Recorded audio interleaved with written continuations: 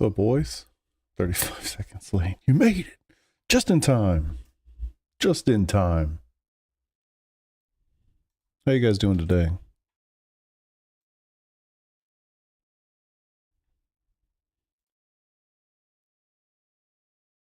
You did it, boys. You did it.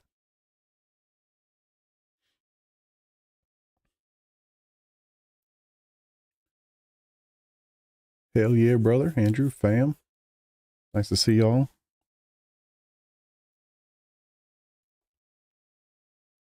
Y'all must get the, YouTube must do a really good job with those alerts, man. You guys showed up real quick.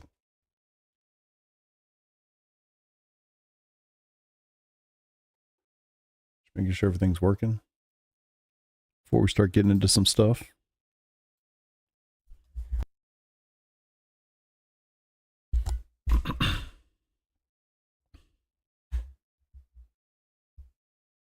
What's up, LJ? How you doing? YouTube notifications are on point. Saw the stream before the notification. Whew. You must have been cruising some YouTube today. I've been doing the same thing. Kind of bored today. I sat down, I was like, you know what? I should stream. That'd be smart.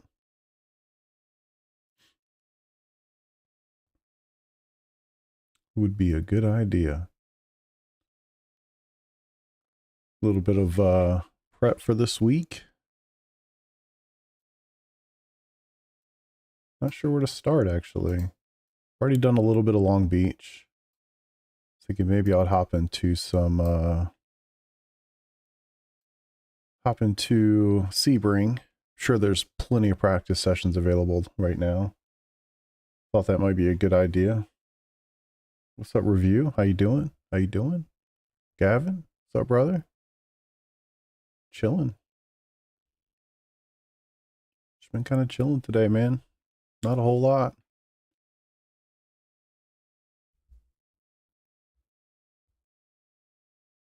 Doing the things. Kind of messing with some of my settings, some of my lighting stuff today. Poking around with that. I feel like that looks bad.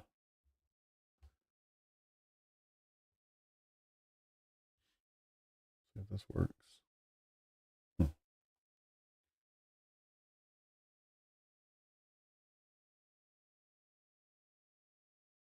I'm trying to learn, boys. I'm trying to learn. The left side looks like 30. I think that's what I set it to.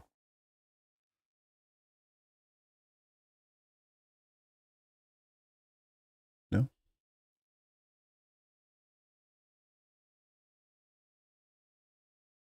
Cool. Cool. All right.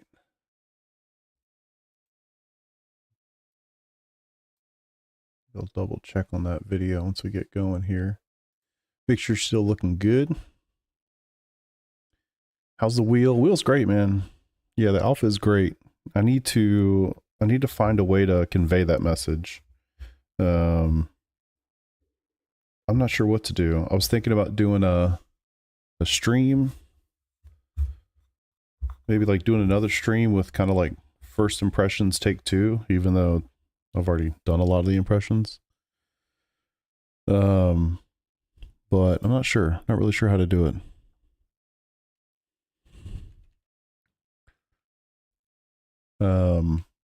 Thought about making a video. I really suck at editing and doing like B-roll kind of stuff. Final impressions. Yeah. I mean, at least, you know, what? I've had it for a week or 2. Those impressions, I probably only had it like a week, actually. Week and a half, whatever it's been. Yeah, honestly, it's great. I have no complaints whatsoever. I guess little things that I wish could be different, and I understand why they can't be different, like the multi-switch. So the switch at the bottom that you can, you know, shift between like diff box, volume, brightness, fuel map, TC, and dash. It'd be cool if you could change the label on those, so to speak. What's up, Peter? Definitely not coming to that practice session. I don't even want to drive that car anymore. Just want to get through that race and then I don't have to drive it. No way, dude. No way. I'm gonna go do I know I don't like it either. I think I'm gonna start with Sebring.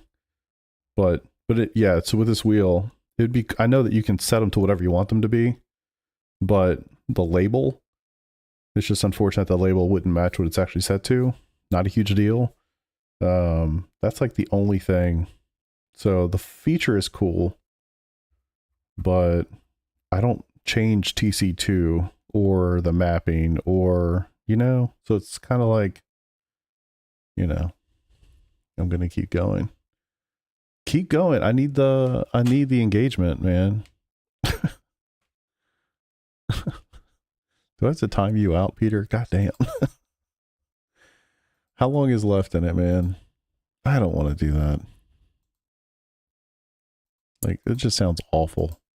Boot me. An hour and 30?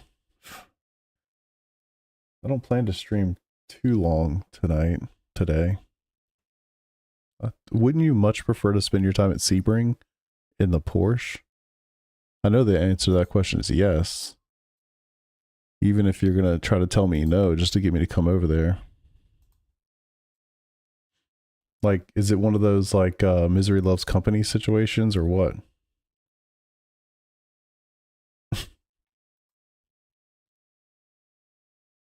Oh, what happened here? I lost a league. What league did I get booted out of? Thought there was an extra. I thought there were 5 things here. Spent a ton of time at Long Beach this morning. You'd love it. Yeah, Porsche will be good. I've done some Long Beach. I want to spend some time at Sebring. I mean, we did it, I guess, last season. So it hasn't been that long, but yeah. Oh, look, I'm a pro now. Boo. That sucks. Oh, boy. Yeah, all right, cool. So I got this all set up. Porsche's not OP. Yeah, I'm curious. I haven't seen the lap times for next week yet, so I don't know what is going to be good at Long Beach. Somebody said something about the Lambo. I feel like I heard that.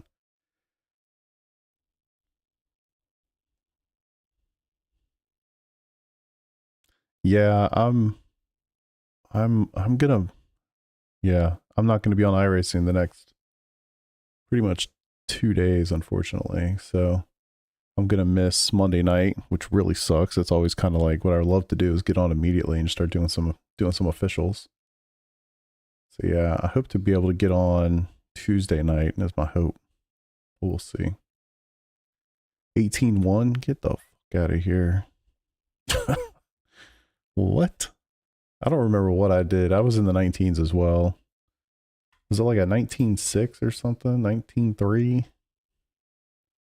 Let me go look at this Garage 61 thing I don't like. Currently on track. No. What? Long Beach. I mean, I did a total of 16 laps. And my best was a 19.6. VRS is posted.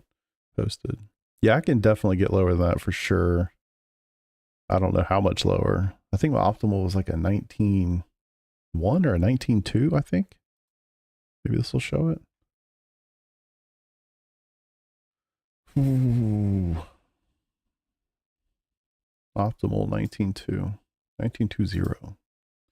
Yeah, we'll get into that. I have, like, to say that I have zero interest in getting into the Road America practice session in the Acura fixed. I mean, that's optimistic. You know? I would say I have negative interest. Frankly. All right, I don't know that I want to see other people driving. Not very useful for me, is it? Brendan DeBone. No. I know he's not Italian. I don't know why I do that. But I just see it. I can't help it. That's why I'm bugging you so I don't have to drive. Yeah, well, just bug me, man. That's fine. Yeah, it's just, and you know, you do so many laps, like you kind of know. I'm not gonna make a ton of progress spending a lot of time going around that track. I'm pretty sure I can see your laps, Nodwell. Brandon's fast everywhere. He's a cheater, you know? Not like actually a cheater, but like a cheater. You know what I'm saying? Whoa. Whoa. Peter Nodwell. See if it shows up. No. Go with teams. Sure I can find you. Are you in this team? Doesn't look like you are. Unless I'm blind. Oh, it's records. Yeah. You're not in here yet, brother. Oh, I've done no laps yet. Learn a lot from him. Yeah, no, he's super quick, man. Super quick. Somebody has to invite you. I don't remember who maintains it. Probably Jason, maybe Brandon actually. Maybe Sean. I forget. You can tell I don't know. No laps at Sebring yet, no. Can't seem to break through 130 on Zolder. It's really hard to say that, you know, to give you any tips without seeing your time or seeing like a lap, you know. Do you have like a Garage 61 lap? Or I don't even know if I can see VRS if I'm not a member of it currently. I don't even know. Yeah, it's really hard to say, man. I think but I don't even know what were the lap times we've been doing there. 20 somethings, right? 28, 27s. Race fuel. You also have to kind of think like, you know, make sure you're comparing apples to apples, right? So like make sure you're comparing track temps with other people's track temps. Make sure you're comparing like track state. That's a huge piece of it. Make sure you're not comparing yourself, and sometimes it's hard to prove or figure out, but make sure you're not comparing yourself to somebody who's doing a qualifying lap, right? Like they're going to be running a 27 or something, and you're like, oh, how do I possibly get there? Well, they're running like 8 liters of fuel instead of 50. You know what I mean? But yeah, you really have to hit those marks. The chicanes are huge, as mentioned. What's up, everything? Yeah, it's tough, man. I literally just learned the track like literally a week ago, so I wouldn't say I'm super fast at it either. But yeah, the chicanes are critical, obviously. Hitting those just right. But yeah, it's probably too generic for me to give you advice, unfortunately. This is something you could send to look at. Chicanes feel like you need to go slow. If you do it right, you can go quick. Yeah, especially the first one. I think that was the one that surprised me the most. Being able to stay in third, and as soon as you hit that first apex, just hammer it straight down, and you're pretty much straight lining out of it anyway. Do we need a Garage 61 API? No. No, you just need an invitation to it. Somebody will ask you for your email address, and you should get it that way. Just gonna check and race, fill in the practice. Yeah, and you can do that in a race or practice, of course, but yeah, I actually feel the same way. I learn a lot more just driving around people than I do just aimlessly doing laps on myself, for sure. 16 cars. All right, there's a lot of people in here, so maybe some decent benchmarks. Porsche. I wonder what's going to be fast here this week.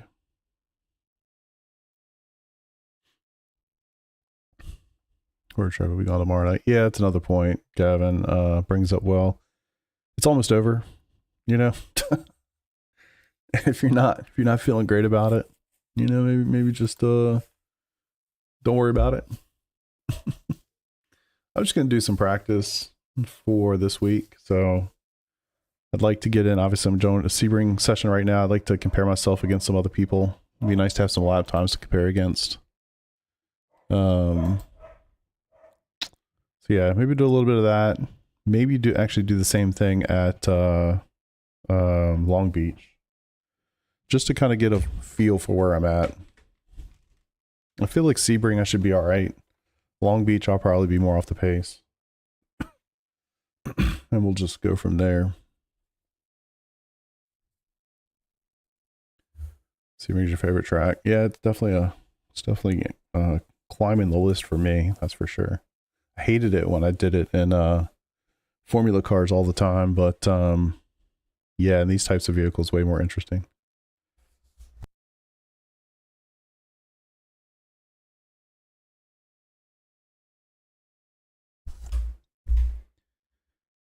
All right.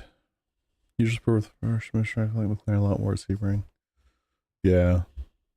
I might actually dabble a little bit this week if there's a car that's aggressive and that I kind of like, or at least have experience with. So if say the McLaren's really good, or the Ferrari or something like that is pretty solid, maybe I'll bounce around a little bit. All good advice. Yeah, if you want to link a lap, you know, we could certainly look at it if you want some advice. But I would say, honestly, given the fact that it's over in less than 24 hours, or ish, about 24 hours, I don't know if I'd worry too much about it, to be honest with you. But that's just me. Alright, Sebring, Porsche. 50 liters. Garage 61's a really good tool to compare telemetry. So, the nice thing about Garage 61 is, versus like VRS telemetry, you can compare telemetry against anybody that's, you know, actively uploading their stuff. You don't only, you can, which I guess you can do it in other ways too, but I think with VRS you have to be part of a team unless you want to look at like just the coach telemetry. But Garage 61 is just open. So you can basically look at anybody's as long as they have it available to be seen, and you can compare your telemetry against theirs. You can see, you know, the conditions of the track, of the car, whatever, you know, as far as fuel levels, temperatures, track state, weather, all the things.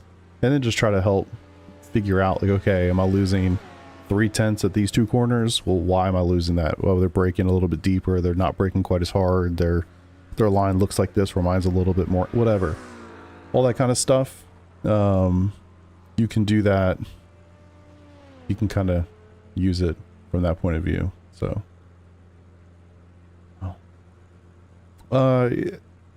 don't take all of that as Garage 61 is better than VRS, because I don't think it is.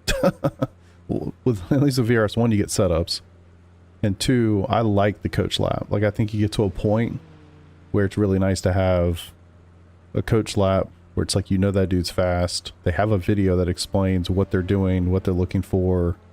You know what I mean? I personally like the VRS UI. Like's a strong word, or at least an aggressive word.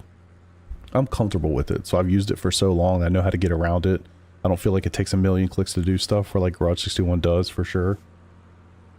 So, yeah, no, you should be happy with that choice. Personally, I prefer VRS, but I'm using P1 dock setups, and I don't want to pay for both P1 docks and VRS just for telemetry. So, I'm trying to get more comfortable with Garage 61 so that I'm not wasting my money. Alright. That's not bad. That's not bad. Ooh, it's been a minute. 43-degree track temp. Holy shit. That's aggressive.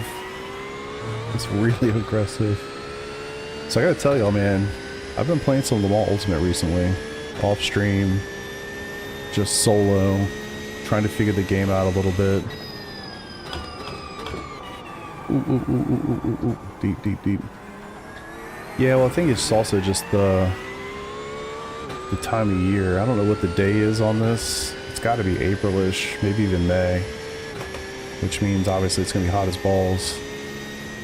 It'd be different if it was like, you know, December 30th was the time of year used for the session, but it doesn't exactly follow like that.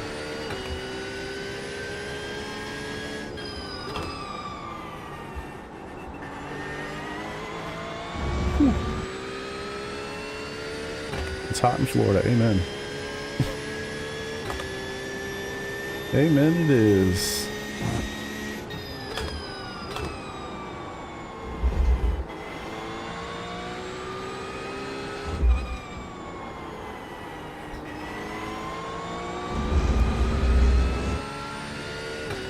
Tornado incoming, what? Alright, let's see. Fastest lap in the GT3s is a 2:05. I don't think I'm touching that. Sebring has never been a track that I've been good at. I want to say I'll be living in the 202s, maybe a 201. I don't really know. These conditions, actually? I don't know.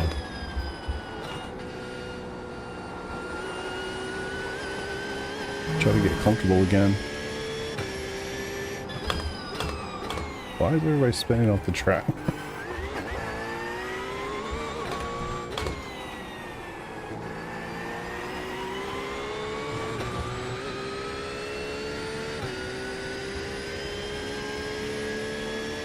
Yeah, especially in the hot temps, man.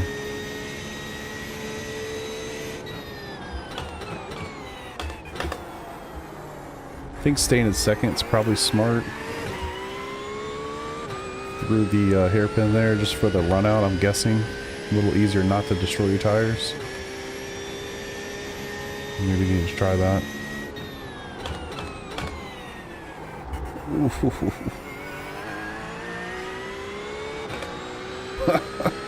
Team only allowed me to do night stints. Joke's on them. It's more fun to drive when it's 60 degrees on, you know, whatever that is, and non-freedom units. But that's like doing the Daytona 24. I prefer to have the night stints. I'm trying to go for fastest lap, you know. So give me that 1 a.m. sim time. I'd rather have that. Oof. Not getting that thing turned early enough. See, I think I will do a little bit of, I will stream a little bit of Le Mans Ultimate at some point. I have had some fun with that, treating it just, you know, something else. Especially in a week like we just had with iRacing, which is not super fun in my opinion. Just something else.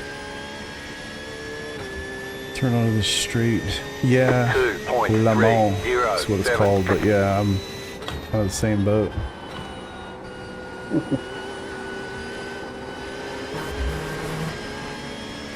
That ain't it.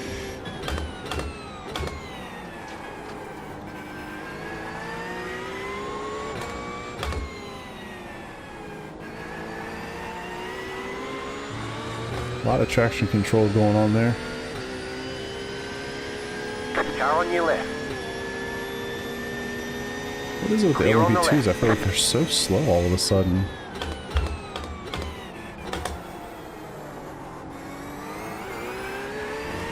Like straight line, they're just not there, man. Sariq, I hope I said that correctly. It's a hosted session, so somebody just put up a hosted practice session, that's all. So if you go into the hosted tab in the iRacing UI and search for Sebring, you'll see a whole bunch of sessions that people have posted. These are unofficial, just somebody, you know, put up a hosted for an hour or two.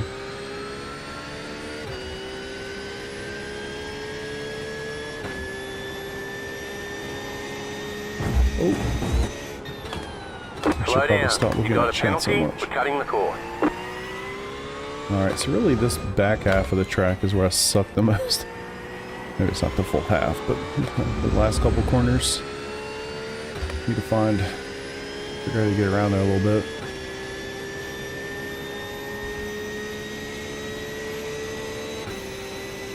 I hope you guys had a good weekend, man. I almost streamed last night. I feel like I'm slowing down so much here.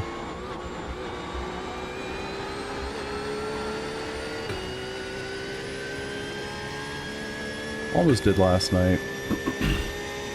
2.94. I'll tell you, it's just like not motivating to get on when I'm like, well, what am I gonna do? I'm just waiting for the week to end. And that basically pushed me over to the Le Mans Ultimate a little bit. Give me something a little bit more enjoyable.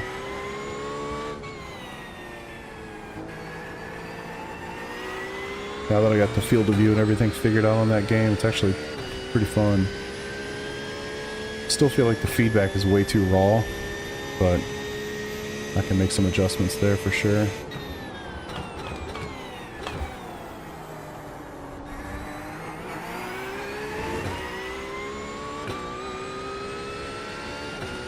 Alright. 202. We're rushing it. Dang. Curious if this is going to be the track time. I mean, it's increasing. It's 45 degrees right now.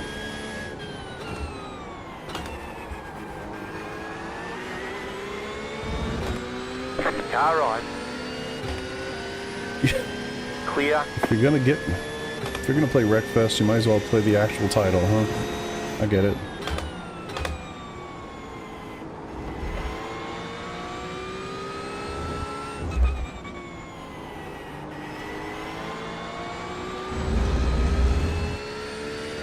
Oh, this is fascinating to me. That one final, the exit of that corner there, Le Mans. Well, what it is with the feedback or the geometry of that thing, but it just murders my feedback every time. Alright, I'm braking way too hard, I think, into that.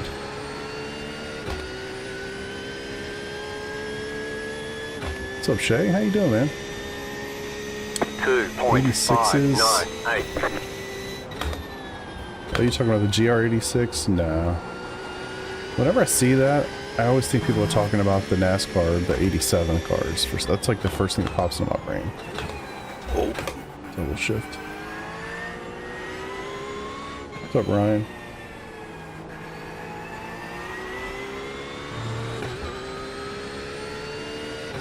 The Lotus 86.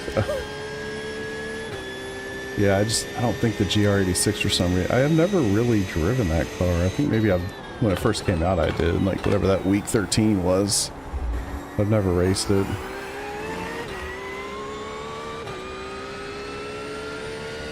Wade's got to be sleeping, man. Get ready to go to work. GT Ring look kind of fun. I haven't tried it yet. Yeah. I don't know if it's because I've just driven these cars so much, but the GTEs feel very foreign to me. Well, the Corvette GTE. It's the one I've driven. Oh, there he is. Shit. Oh. Still 45 degrees. Off till Friday night. What's up, brother? How you doing, man?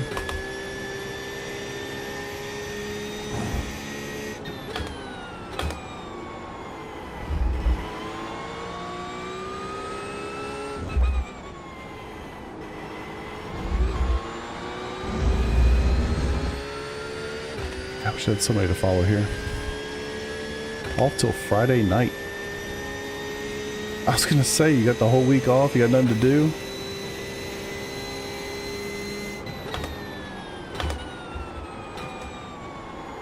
Alright, that felt a little bit more on the edge. Didn't feel quite so lethargic going through Sunset there. 2.416.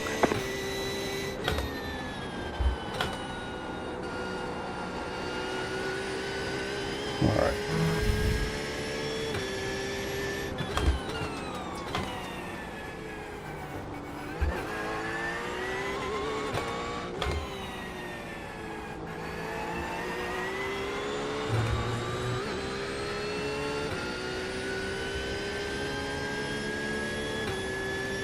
Time off every 7 weeks.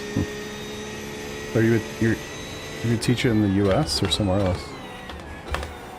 Or are you like in one of the school systems that does year-round school?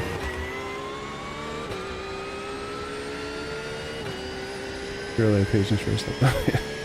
Yeah, I could never do that job, that's for sure. I'd get fired instantly. Oh, scrub, scrub, scrub. Left front's 95. It's got to be good for it, right? Jesus, y'all. This track temp sucks.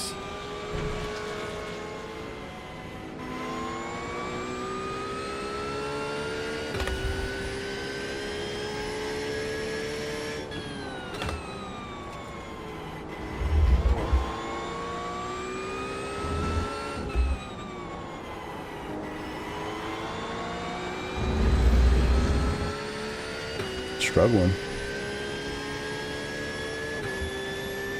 The 201s are doable. 2 minutes, definitely not doable for me. Not at this temp. It looks like it's starting to drop now. That's positive.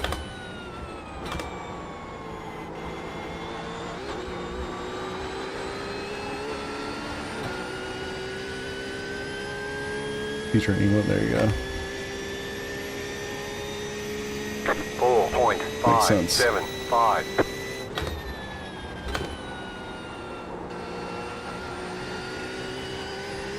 Ooh.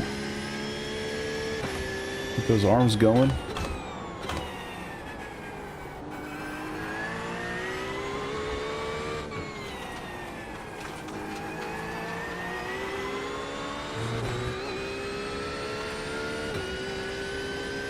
Dude, in front of me trying to 2015. It's good to know, like, knowing what they're doing at these track temps, you know? I don't know what the track temp was in all their fastest laps.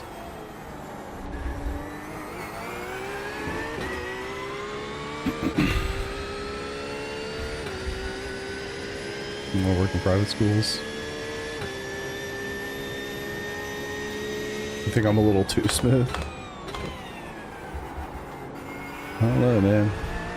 I've always looked at that in terms of trying not to scrub the tires too much. For one lap, that might not be the way to go, but over the course of the race, over the course of a 40-45 minute sprint, I don't know. I guess I can't say I've tried too hard to do the other way.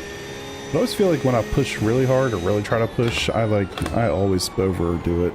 It's so easy to overdrive these cars and destroy those tires, man.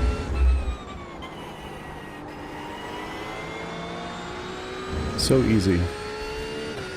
It's also like lap 8, so it'll take it some time to get it figured out. Yeah.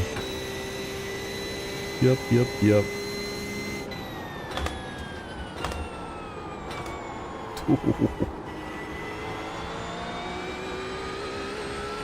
Alright, let's run the 201s. Barely. This thing's lying to me. Yep, barely. Cool. 1.973. Just set your fastest lap of the session. Car on your left. Clear.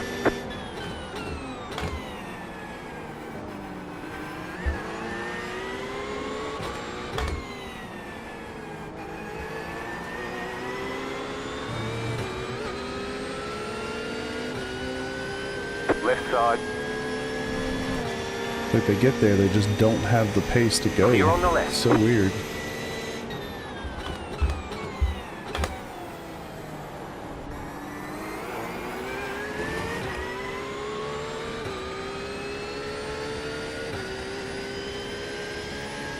I'd love to follow Cedric, actually. Seem to be getting it.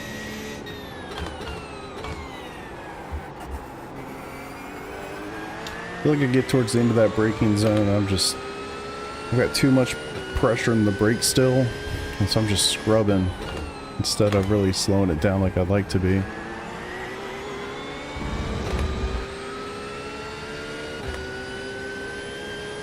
Yeah, these LMP2s, man, different beast. Car right. I think it took him that long just to get beside me.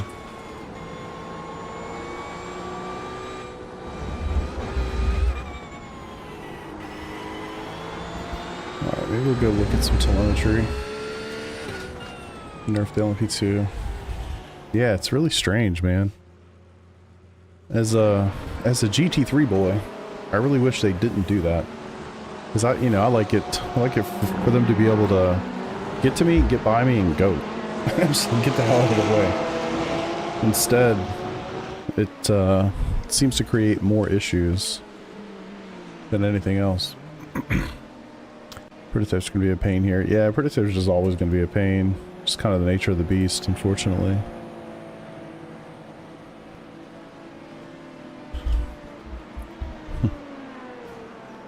Alright, let's take a gander. Get a better default there. You got a 2013. Good for you, brother. Let's see. See if I can find somebody that was running similar time. Same, well, I want to, ideally, I think it makes more sense to use, the car I'm driving.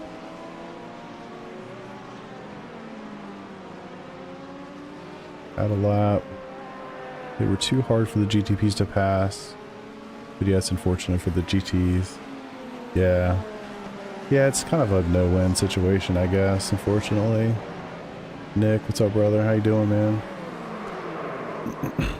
Alright, so that's a hell of a fast lap, but look at these temps. I don't know if what we're seeing is going to be the temp for the week. But we'll see. So let's see. Relative humidity is 34 for me. 14-degree wind. Or 14, that's kilometers. Moderately low, actually good call. So moderate usage. Where's the date?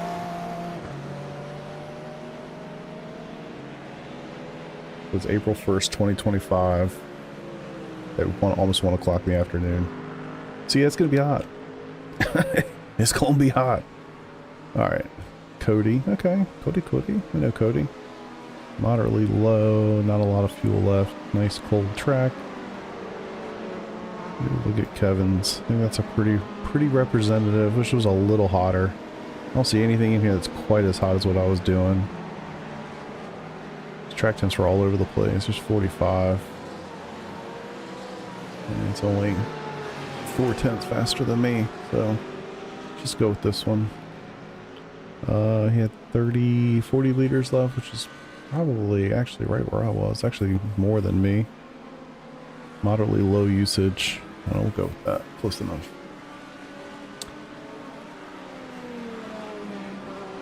What's up, Jonas? How you doing? I wish I was fast in the GTPs.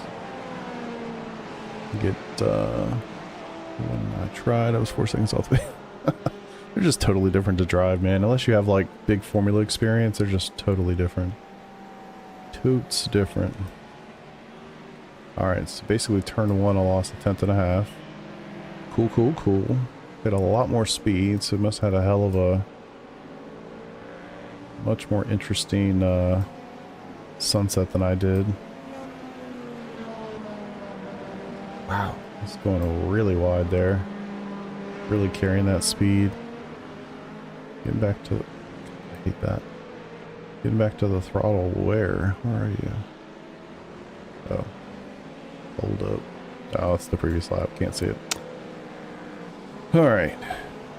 Let's see. We're braking roughly in the same spot. No, it's braking a little earlier. No, a little harder. Interesting. So I'm carrying more. His minimum is way better than mine.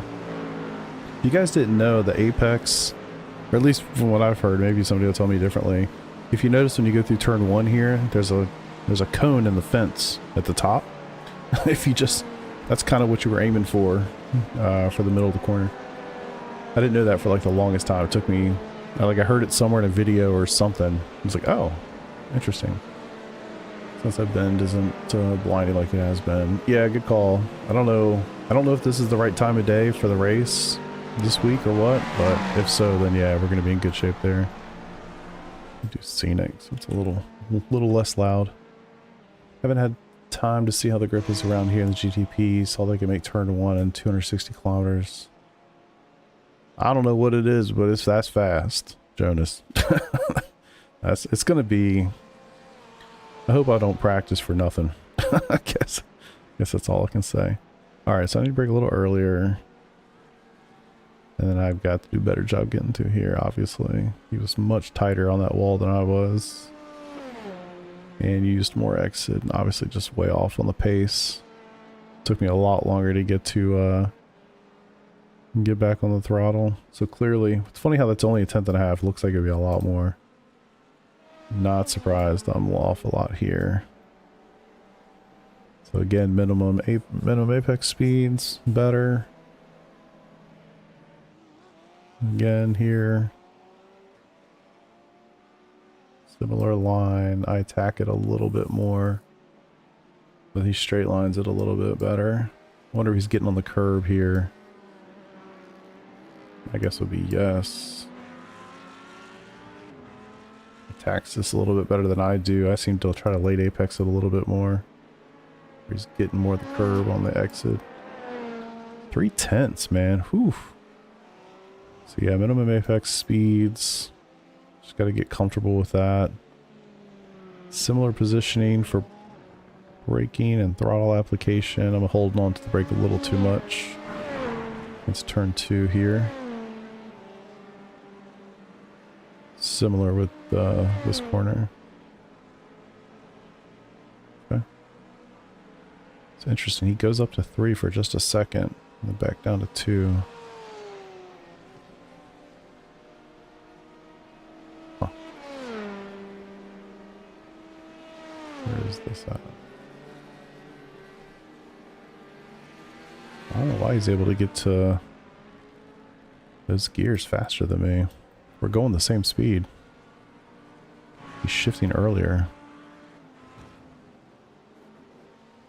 Could be a setup thing, I guess. Different gearing. I don't know.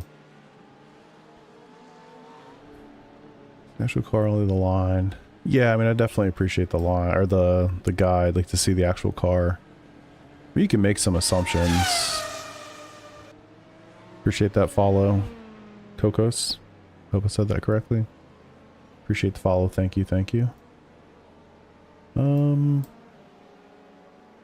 Yeah, so I need to attack it a little bit more and not try to be so late in. Honestly, probably a good thing to take this blue line anyway. Less inviting for people behind you, right? Alright, so that's the biggest loss. Figure this one will be interesting. So even more apex than I'm using and straight lining it a little bit better. But similar spot where we brake. Looks like I'm a little bit more aggressive to the brake and therefore lose speed all the way in. It's interesting. You can kind of see how he's a little bit more progressive on the brake. Where I kind of like formula style it and get on it harder. And then you can see the gap, and it's not huge. 7 kilometers an hour, that's not nothing. And that maintains for a while until we eventually come back together right around the apex. But his minimum apex is a little bit better than mine, which has been pretty consistent through this whole little experiment. Alright, yeah, nothing crazy. Take a little bit more time getting to the brake, or getting on the brake from the throttle. Again, look at this. I'm, what is that, 18% on throttle, 16% on the brake. Gotta figure that out. Definitely feels like there's more grip in this person's lap or in this person's session than mine. Just the ability to like brake later, still carry its speed, still get through the corner, and get back to the throttle faster. Don't know, of course, but it seems like it. 5, yeah, 5, fine with that one. I'm actually shocked. It's funny, of all the places I think I'm the worst on this track, it's through here, and somehow my lap was faster.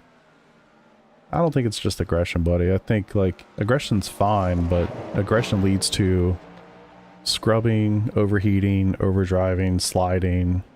Like, you do that for the first 5 or 6 laps, and you'll be hating your life at, like, lap 15. Because you'll have no tires left. So yeah, I don't personally subscribe to that theory, but it's just my opinion, of course. A little bit more on the brake there. It's interesting. Kind of similar line. I was wondering. So people are just naturally doing a better job of opening that up early and then cutting into it, where I'm like going too late and not using enough.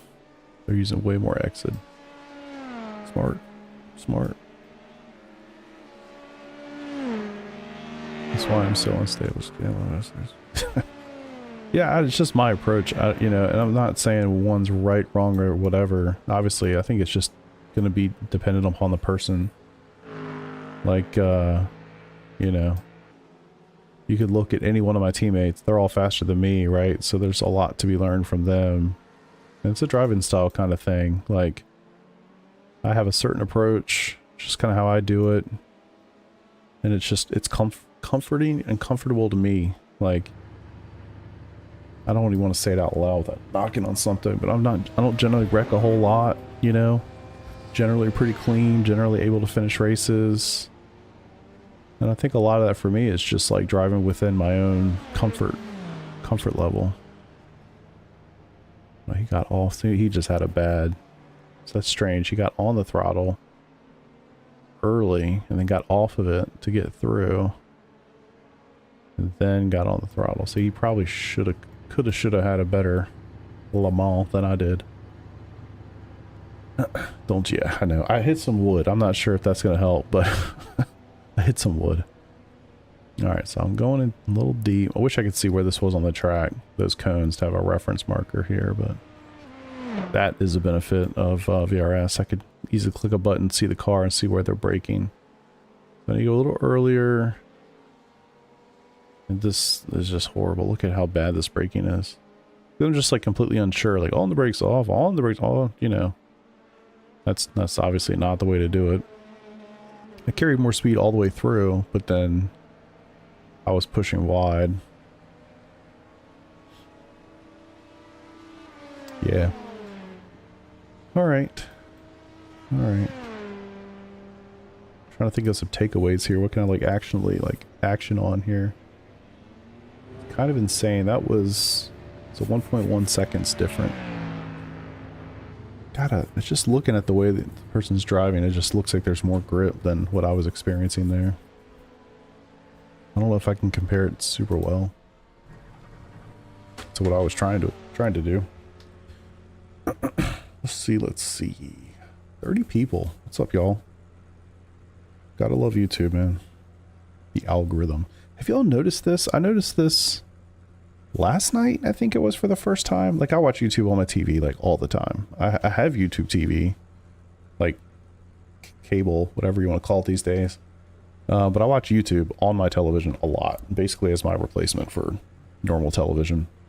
And I noticed last night, that normally you go and go to YouTube and the first thing it shows you just recommended. I noticed for the first time ever, it was like recommended live gaming was the top thing, and it just showed me like 6 or 7 live streams that were all gaming focused. I couldn't believe it. Have y'all noticed that, or is that like a test that I'm getting? I know they test stuff out a lot too. I wouldn't be surprised if it's like, I'm just in the test right now.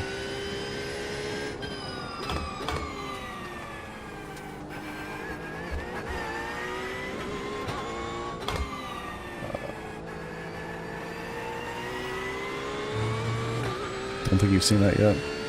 I was really surprised, man. I thought it was pretty cool. And it showed me some people that I've already watched before, but it showed me a lot of people I'd never seen before, which obviously is cool.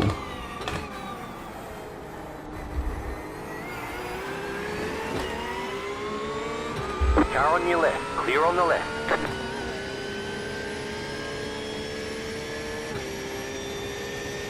I'll have to read that comment here in a sec.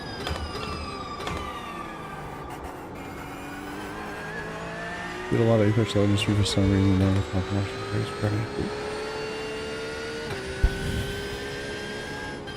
Maybe Shay, you missed your calling, and they know, like YouTube and Google, they know like you would have been an incredible League player or Apex player. Maybe that's what it is. Sometimes I think Google knows better than I do, you know, like about myself. Early.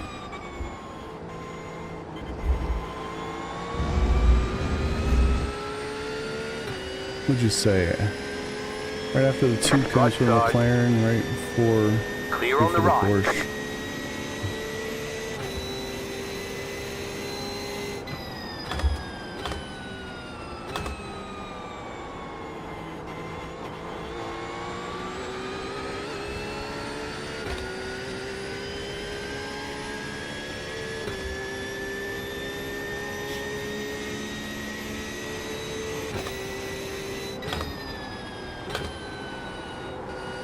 Oh, I felt that coming.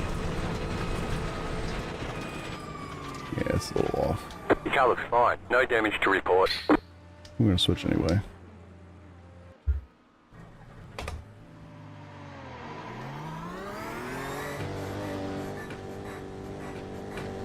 Yeah, felt like a kiss, maybe not. Stuff like that I get a little weird. Like if it's lap 1, I'd rather just get a new car and make sure that I'm good. You adjust your approach. The corner onto the straight should be second gear. The corner onto the straight. Oh, Le Mans. Yeah, we'll see, brother. I'll figure it out. I just need a little bit of time to reacclimate. I'm not terrible here. It's just 44 degrees. And it's been a minute. Hey, what's up, Max? How you doing, dude? Long time no see.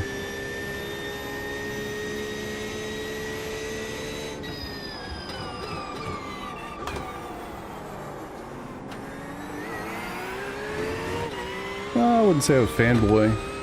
I'd say the biggest thing, I do like the car. I think it suits my style pretty well. The biggest reason is because a lot of us do this league's called PRL, Precision Racing League, and you have to pick a car for the entire season. And so for that reason, since I picked a Porsche for this season, I figured it just makes sense to spend my time in the Porsche, get comfortable with it. Is SNS still kicking, man? Damn, that's awesome. Love it. Love to hear that, dude. Ooh.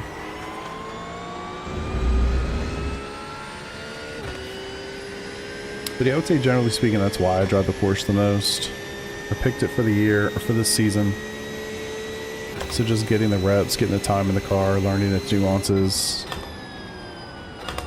And you'll see me bounce around a little bit, depending on the track, and depending on like comfort. If something's really strong and I'm kind of comfortable with it already, I'll do it, right? 21 seasons, yeah. I remember the day she was formed, brother. Oof. Actually, it was right around this time it was formed, to be honest with you. Forget whether it was December 29th. Forget the day. But it was right around this time of year in 2019. I started a forum thread. And me and Vice and Ian started chatting in that forum thread, and SNS was born. Let's try this second gear.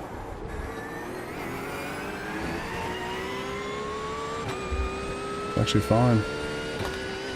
Not surprised. Car right. Clear.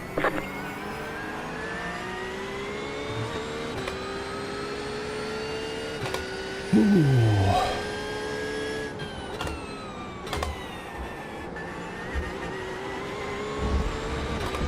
And I'd love some grip. It's back up to 45, that's strange. Yeah, Ian, I mean, it's kind of always been his thing. He's popped into my streams once in a while, from time to time, which was interesting. But yeah, Vice, I haven't heard from him forever. I know he changed his iRacing name to something else. I mean, it's still close, but I guess to get rid of that Vice 2. Same thing I did. But anyway, Yeah, I don't know what he's racing these days, but sure it's something. Maybe trying to be a little more undercover. I don't know. That's good to hear, man. I still see Carl streaming a lot, and I'll pop in there and watch him a little bit.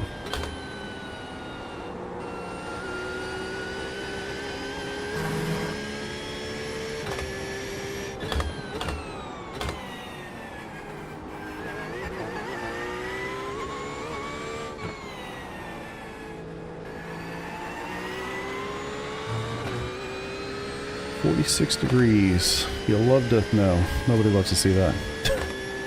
He's a super alien, yeah. Yeah. That man's been driving Skippy every day for I don't know how long. 10 years? 12 years? Maybe longer? Forever. Super fast. That's cool to see. I know Steve's still at it too. I still see him on my friends list from time to time popping in there.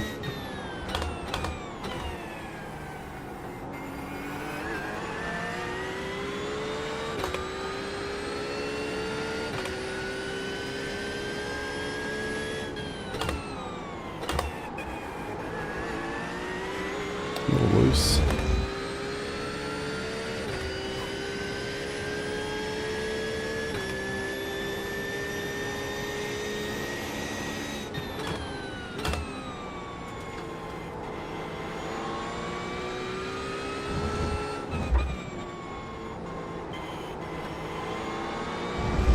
Jeez. Yeah, Jonas, thanks for tuning in, brother. You know what's up? Yeah, I appreciate that. Stuff in my MO, man. Try to keep it casual, have some fun with it.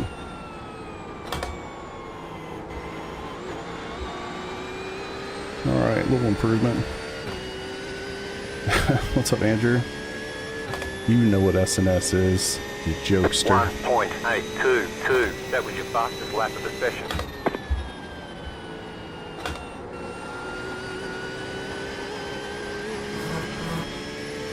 Yeah, nobody's really putting in any crazy times right now. I mean, I know the people ahead of me have faster times overall, but if you look at what they're running right now, it's not crazy.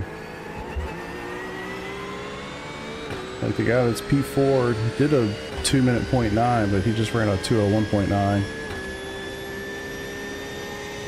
mean, nobody's really doing anything faster.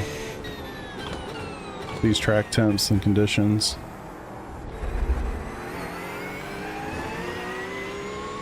Somebody's ran a 2:01.1.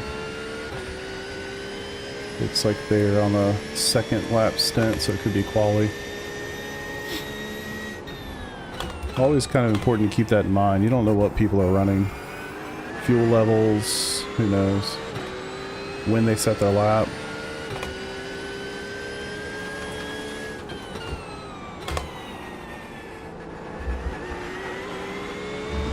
Whether they got draft or not. Damn, dude. 12 milliseconds. So close, but yet so far. Or where are you doing that at, Atlanta?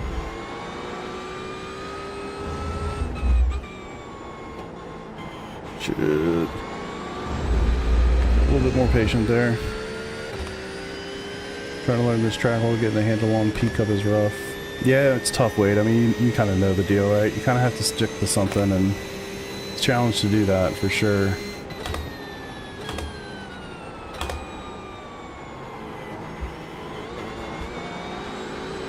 You kind of have to stick to one thing and just focus on it. Woo.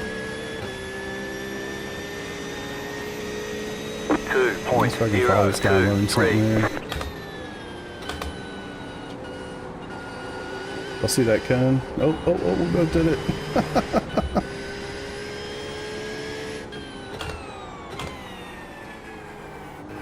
I don't wonder how the Mustang will be around here. I'm actually pretty quick. Oh.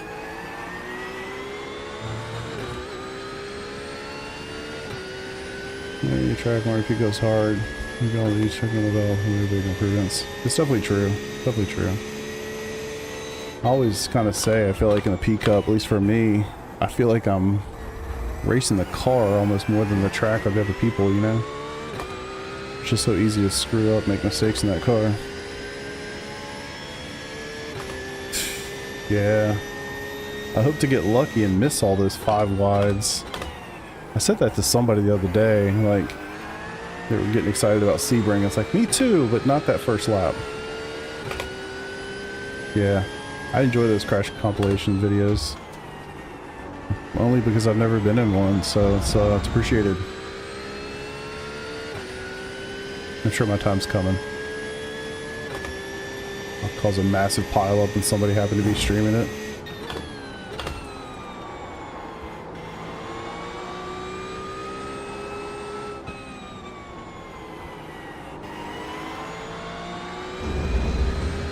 Oh, better for the Delta.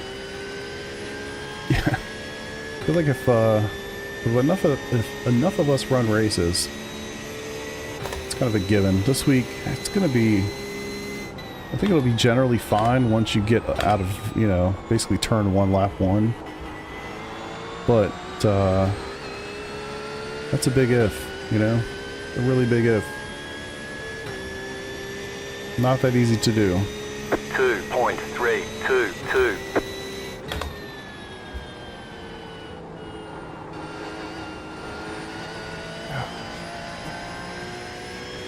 Yeah, Long Beach is gonna be brutal. I know we're all excited to, like, get out of Zolder and get out of Motegi, but, like, it's not exactly a cakewalk here the next 7 days. Alright, I think third or second gear is the play there. Oop, oop, oop.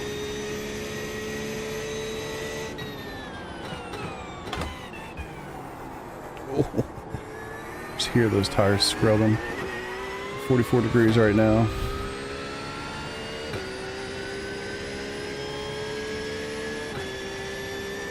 I mean, I gotta feel like this is going to be the temp this week. As much as I'd love to do a cold session, this is probably better for me. Yeah, it's a hosted session. Just random, I didn't do it. It's in the hosted section. I forget what it's called. I'm about to drop out and try to find another one. I didn't even think if there's weather this week.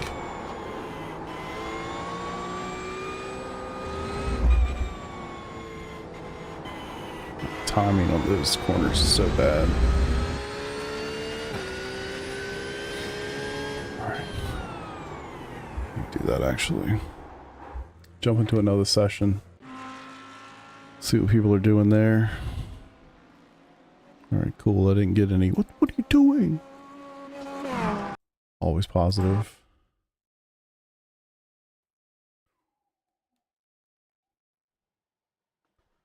A little toasty in here.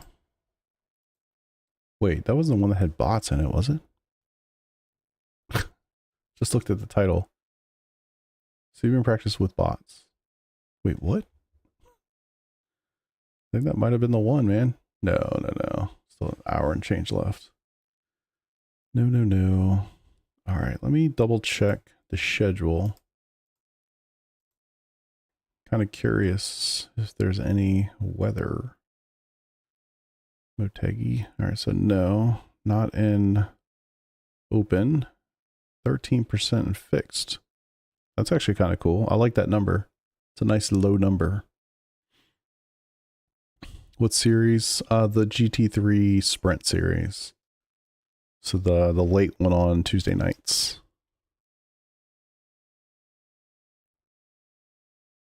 Hero's a good one, man. I think it's a good group. They do make a real effort to try to make it as fun and interesting as possible. Which is hard to do. Hard to do. Alright, Watkins, boot. Alright, cool. So no wetness there. 3% chance of wetness at the frickin' GT3 Sprint at Long Beach. Are you shitting me? That's not good.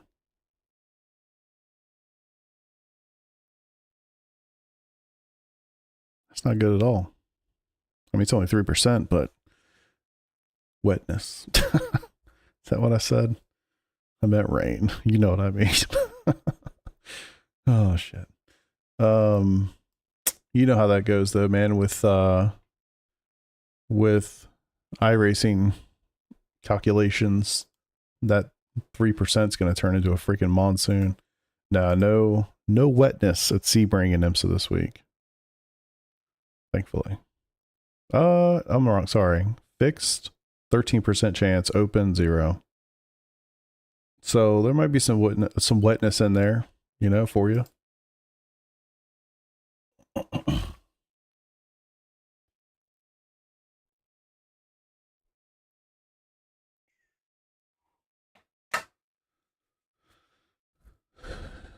Gripper's coming out. He's 100%. Jesus Christ. Okay. I do enjoy racing in the rain. Not a lot. Like, I don't want to do it the way that they've implemented it so far. I don't like, you know, where like, it's like, hey, it's going to rain every single session that you do for the entire week in this one series. Like, that sucks. I hate that. What we saw at Watkins last week, where it was like, it starts kind of spitting towards the end or whatever. Like, that's a lot of fun, and I enjoy that. So I like the chance of it, and I like racing it a little bit. I just don't want to do like a 3-hour race in the rain. That's horrible. Ty, what's up, dude? Merry Christmas to you too, brother.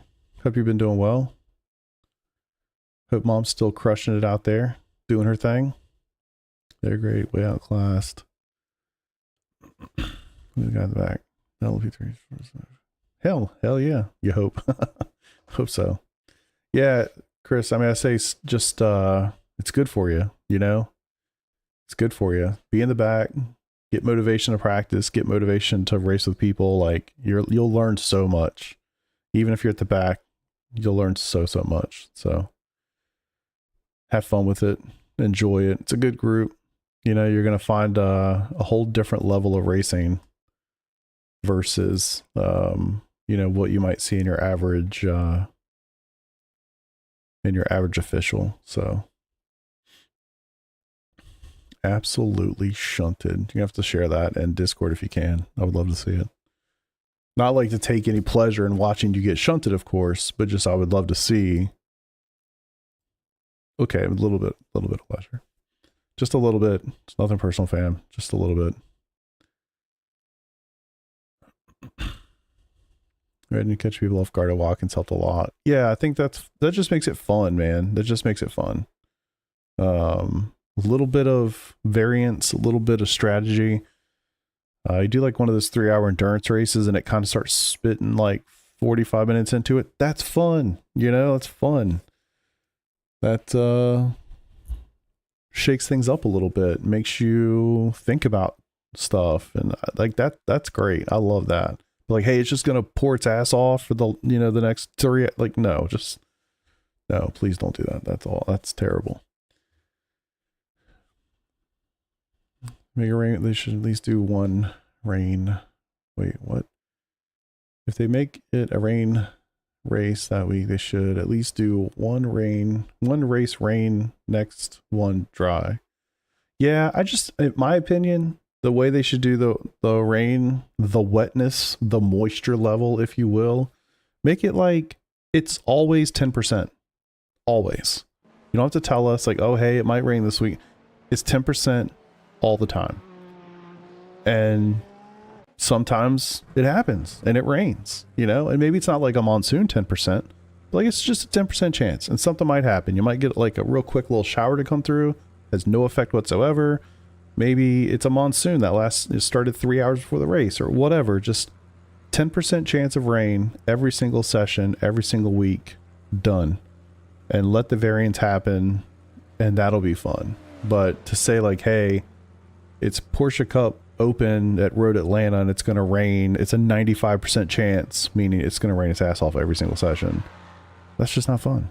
You know, people kind of avoid it, or a good number of people avoid it.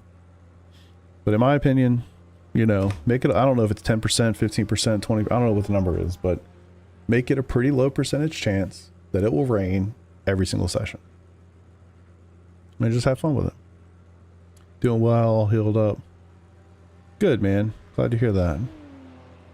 Want to pleasure the guys? Yeah, absolutely. A little bit. Whole train of thought after we wanted to about to quit. And I thought it's exactly what you need. Long time fan of yours. Oh, I appreciate that, dude. I really do. I appreciate that. I know somebody. I worked with somebody named Chris Massey, which just need to put that out there. I'm sure you're not the same person because you probably would have said something else to me. But just got to put that out there. Yeah, you'll be better for it long term. I'm positive of that. If that's what you're looking for. Fam, 6 minutes for repairs. Yeah, I would totally let it go. If it was me, I would forfeit. But if you want to get some safety rating, go for it. But the other thing about like trying to get more safety rating, you can also lose more safety rating by going back out there. You know, like you're not going to lose more IR, but you could definitely lose more safety rating. But swallowing your it's my fault. Car came in and hit me. Too much curve on turn 1. Set it to real life weather and let it rip. Yeah, that's how I feel, man. Just let it be totally, like, truly random. Yeah. I don't know if he still lives in Richmond, but yeah, it's good times. Really hope Daytona 24 has a handful of transitions. I agree with that, Gavin. I hope it does as well. I really hope that it doesn't happen, that it falls, like in my stints, it's just absolute rain. Like the whole time. If a little bit of transitional stuff, totally fine. I like that. I like looking to figure out like, okay, is there too much wetness and I need to come in for tires or whatever? Like that's fun, but just like, hey, it's raining its ass off, deal with it. That's not great. Botrix, I used to. I don't currently. I'm using something called Social Ninja. Make it rain at night. Shit. I did a race like that not long ago. I guess it was when they had the endurance race there recently. That was so brutal. So brutal. Yeah, Token, I've gone back and forth a lot on the tools that I use, trying to simplify things. I've used Stream Elements, or not Stream Elements, I don't like that one. Streamlabs, use their tools. Kind of jumped around a little bit. I like the customized, how much you can customize everything. Because I have chat up here embedded in an HTML page. I've got chat that you're seeing right now on the stream. I've got chat on the intro and outro pages. So I want, you know, I want things to be bigger there. Right? So I can customize it for all 3 places where it is shown. So I like it for that reason. I like that I can kind of get everything out of it that I want. Yeah, I can instantly feel the difference between this 37-degree track and the 45 that I was just on. It's amazing. Rip. Go, car, go. Oh, it 100% gonna rain for spot 24. That's one I haven't done yet. It just seems to not match with my schedule. This year, at least as of right now, we don't have baseball that weekend, so I can do it, but we'll see. I already have our baseball summer schedule. Set yourself up, so stream it again. Use stuff on the side. Chat what I haven't done in 3 years yet. Take some time, man.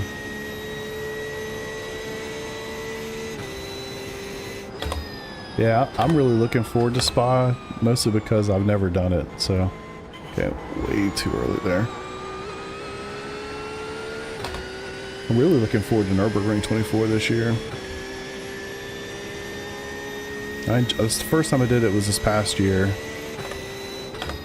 I would very much like to do it again. Oh. I can't tell if it's 5th or 4th.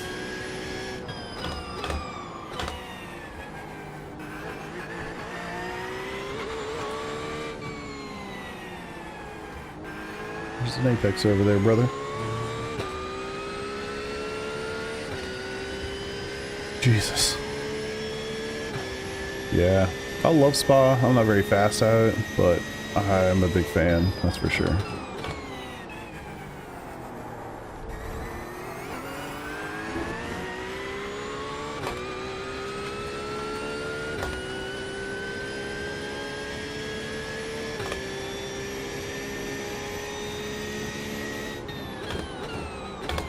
Yeah, Spa is a difficult track, and then you consider that like so many people are good at it that just naturally you're gonna, you know, you're gonna have a lot more people that are pretty good at that track around you and makes you look worse, you know, things like that. Professional Spa hater. God, these cars are so damn slow. Can't believe they did that to the LMP2 bros.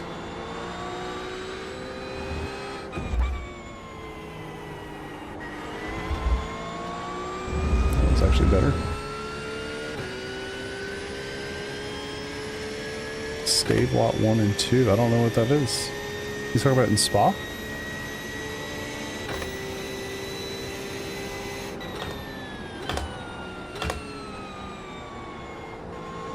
Oh, lethargic almost. Jesus. Need Pro and Android in Spot 24. Could be interesting. 2.502.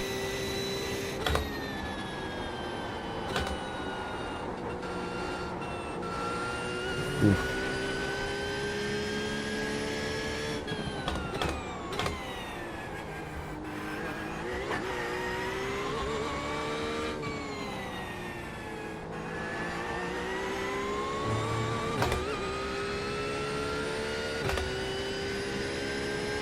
The two before launch them out.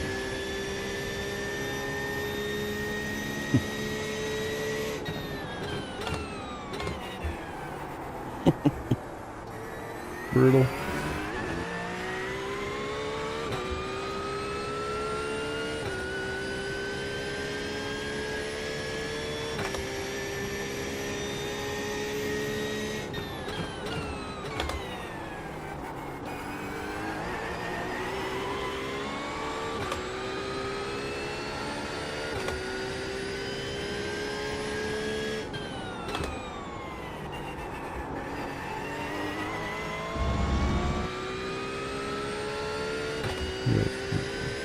The bus stop at Spa?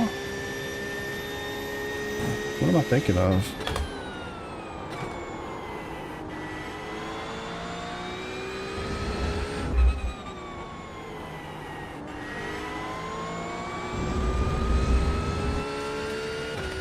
Oh, is it actually called bus stop?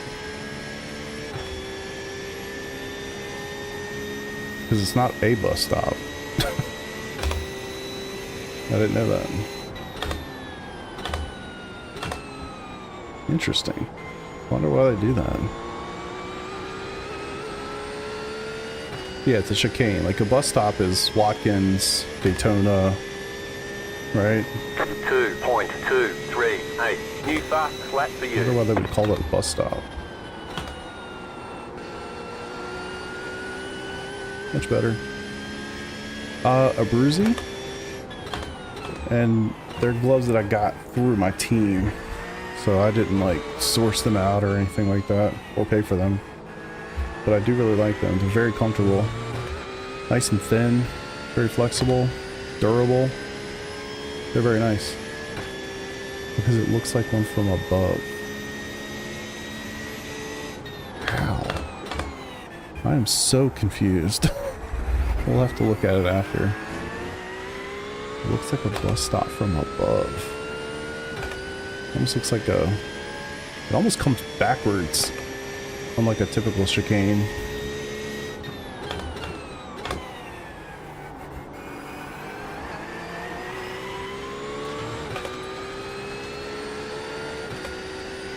You know what I mean? Like, I don't see that at all. There's some people. Man, Lambo quick, huh? I mean, 7.5K is also quick, but...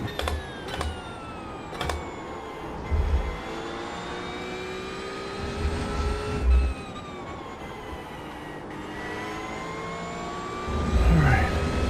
Right side. Clear on the right. It's a really weird zigzag. Do you use a stream deck or anything for iRacing bindings? So I do, but not for things like that. I have a stream deck to my left, which I use it mostly for streaming, But I do have pit parameters set up on it. So I can just hit a button, like I can say no tires. If you look at the top, it says clear tires. So I have macros set up, like chat macros, that affect my pit stops. So I can just easily hit a button to say no tires, full fuel, or whatever, and it'll do it from there.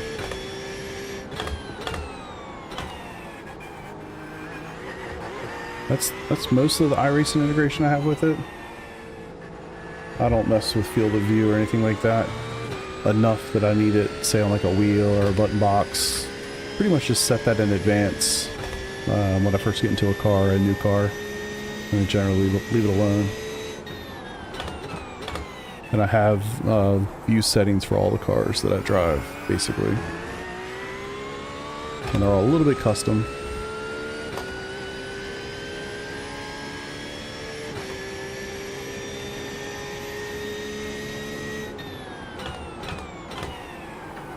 Oh, little slidey.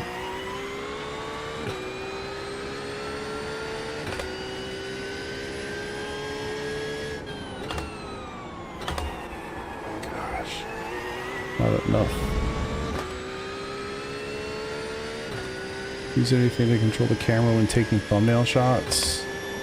Actually no. I just go into the camera settings and get it exactly like I want through the camera settings, and then take a screenshot of it. That's all I really do. And then a little bit of post stuff in Photoshop. Good job, bro. Nothing Good major. job. Very good job. Yeah, I do use triple monitors, yeah. Well, technically 4 monitors, but 3 for iRacing. And telemetry and stuff. Not telemetry, but standings, dashboard, fuel, chat, things like that above my head. I think I used a thumbnail that shows it in the YouTube video that I'm on right now. Kind of gives you a nice look at it from the other side. 2.021.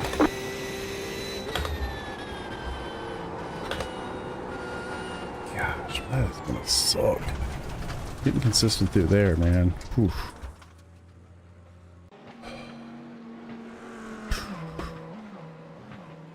One uses an Xbox controller for the camera. That's a good idea. Yeah, that's a good idea for sure. Bought the mic you have since we last chatted. Comes in today. Nice, man. I mean, you can't beat it. You know what I mean? You can't beat it. For 60 bucks, I mean, it's about as good as it's gonna get. I mean, I have some naturally, you know, incredible vocals. You know, no, I'm joking. I think you're gonna like it.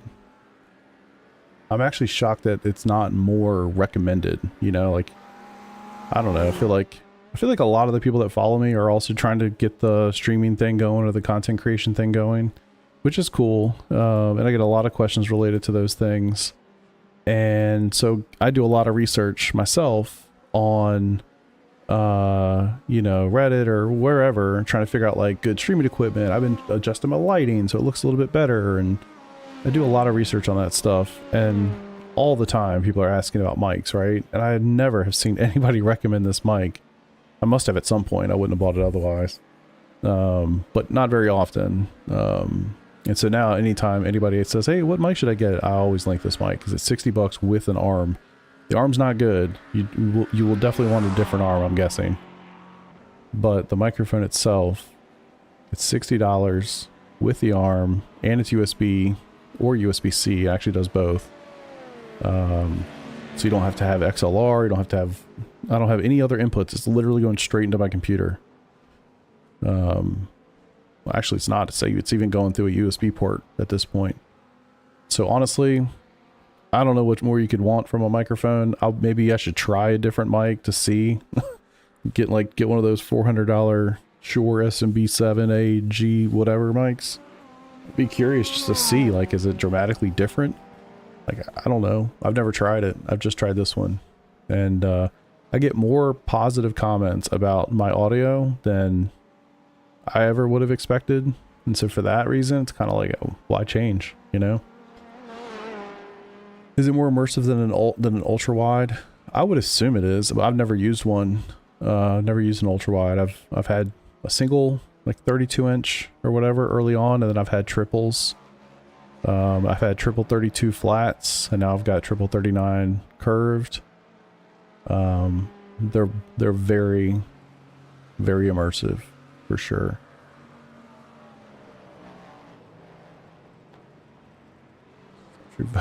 Jesus. Wait, I'm flattered. You know, I'm flattered, to be honest.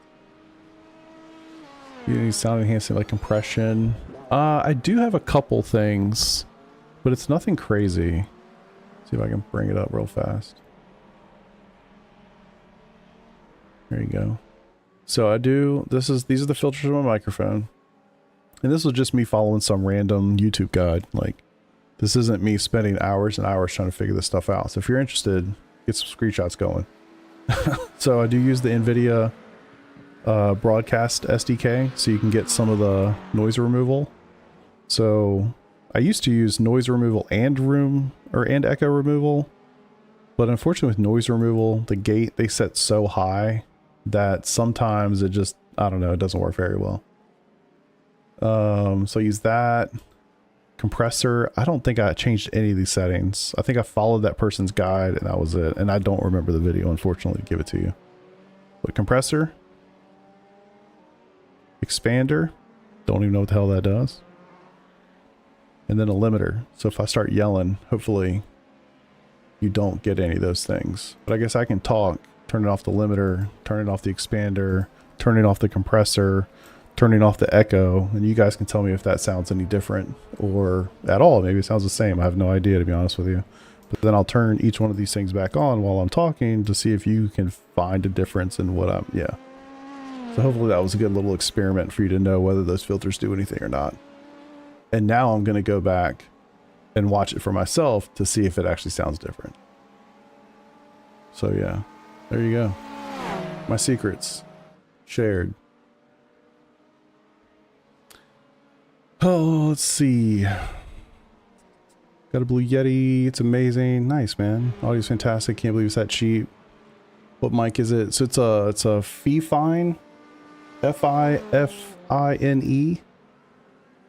And I got it off Amazon. Search Fifine $60. I'm sure it'll pop up. What's your best time? Oh wait. I have tried VR. I used VR for a while. God, it's a whole, I could make a whole video on that. I probably should make a whole video on that. It's cool. It's super, I mean, talking about immersion, it doesn't get better than VR, but you know, it's not all good. You know, there's some negativity to it too. And, it's gonna be super subjective. It depends on the person. You know, you could easily go to the Simucube subreddit and people are gonna tell you you're an idiot if you don't use this or don't do, you know, whatever. But it's super subjective. It's not, there isn't like a universal answer. If you can try VR, I would recommend trying it. But it's not the end of the world if you can't. Used to main it. Yeah, I did. I used had the Quest or the G2 for a long time, and then I had the Quest 3. Still have the Quest 3. I actually have both still. I just don't use either of them, obviously. Best time you see bringing the GT3? I actually have no idea, brother. Let's see if this will even show it. Oh shit, what did I do here?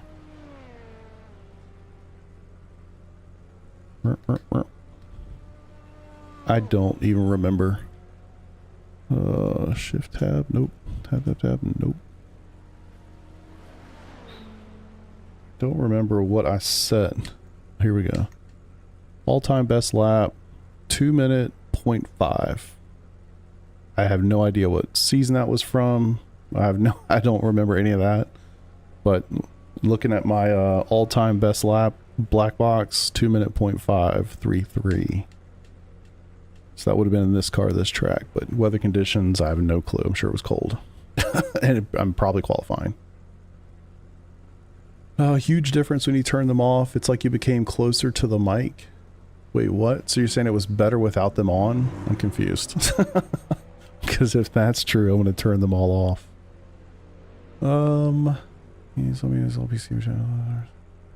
Still on your secrets. Appreciate that. Good, man. Good. Fifine Ovidisa. I don't know what the last word is there, fam, but fee fine and just search $60 on Amazon, and I'm guessing it'll pop. Fuck it, let me show you actually.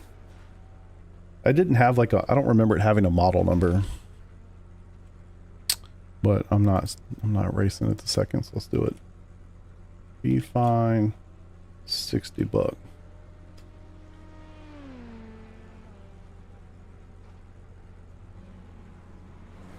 So I should look at the pictures.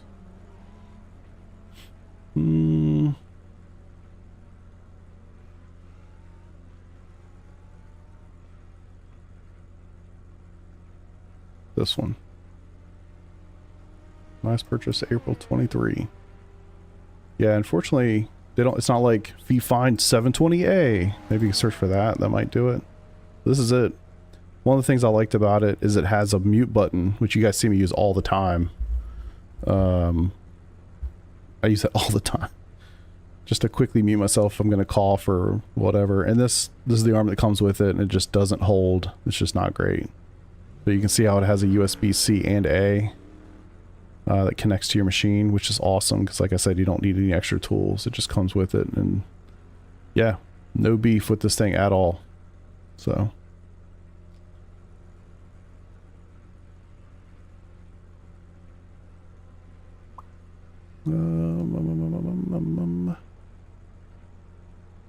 What's up, crew neck? How you doing, brother?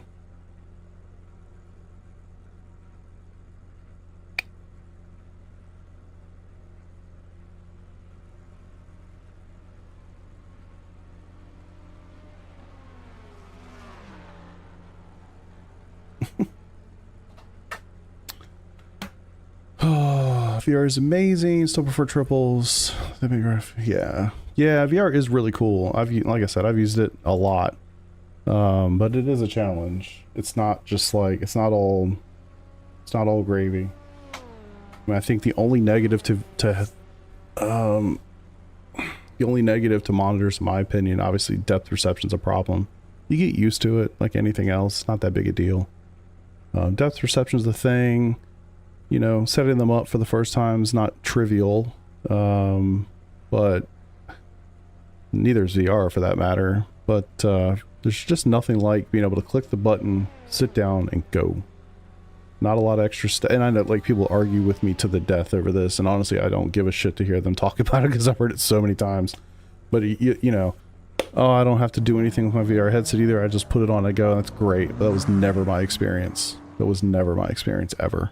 With VR, it was always something, and it was, you know, I got no problem investing the time to, like, you know, get it good, but there was just always something. I had tracking issues with it. I mean, there's just so many little things that it's too much. The main reason I stopped using VR the first time was because I had tracking issues on the G2, and I had one very specific race where literally the lights go out. This is an F4 league race. And I'm sitting here and the lights go out and we start to go. This is at Canada. And it's not going to come across well, I know. But like, as if I'm in the VR headset and I'm here, right? The viewport does this. So I'm still looking straight, but it's as if I'm looking 90 degrees to the left of the car. It's really hard to drive like that. Like, this is a league race. This is a very small, tight-knit league. I didn't want to mess anybody's race up, so I just hooked the sun gun as hard as I could into the wall on the left and just hoped I didn't kill anybody. Stuff like that, that kind of thing would happen more often than I was comfortable with, and so I just, yeah, it's just it's not worth the trouble to me. But it's extremely interesting. I mean, I got a lot of gadgets, you know, sweet DD, pedals, monitors, all the things. The first time I put a VR headset on and sat in a car in iRacing was still easily the biggest mind-blowing moment I've ever had in sim racing for any gear, period. Like, there's nothing that honestly even comes close. It is really fucking cool. And if you can try it, definitely try it. But it's just not all... You know, it's not all gravy. Like, there's some negativity there. And if you can get past that, or it doesn't bother you, cool. But if you're like me and like, I just want to sit down, click the button and start racing immediately, every single time without fail, and there's never like a little thing to deal with, VR is not going to provide that experience for the vast majority of people, for sure. VR is so cool, man. You sweat a bucket. Yeah, that's another one. No, it's not better. I only play some in VR now. It was louder, more harsh, less soft, which I didn't prefer. Okay, good to know. Good to know. Have a Fifine 2, a different one. Mic stand broke on me. Yeah, the mic stand's not good. Beef. Wait, what? Not the one with LEDs in it. Alright, dude's probably totally fine, man. VR is a pain in the ass to set up. Every time I turn it on, tell me I had to calibrate it. Other stuff. Used to go wrong. Future, yeah. One time I had an official race with VR. Yeah, that recenter HMD button is really important to have set on your wheel if you're going to use VR, by the way. Nice to have the ability to tab out and check telemetry video. Yeah, it's just everything about it is just more convenient, you know? Yeah, I did the Daytona 24 in VR. I've done tons of league races. If you go back, I mean, you know, I know we've all met each other here in the last couple months. I've been doing YouTube videos for like years. It's like, you know, for a really long time. So if you go back, there are definitely some videos probably around 2022, 2021, where I was doing a lot of F4 and VR and F3 and VR. So probably would have gone into 2023 even, both on the G2 and the Quest 3. And I was posting those videos. I was doing all sorts of different things, but, yeah, you can see my experiences with VR there. And I made a video that says like basically the opposite. It's like where I was faster in VR than I was on monitors. And I would love to go back and redo that video. But yeah, I just haven't.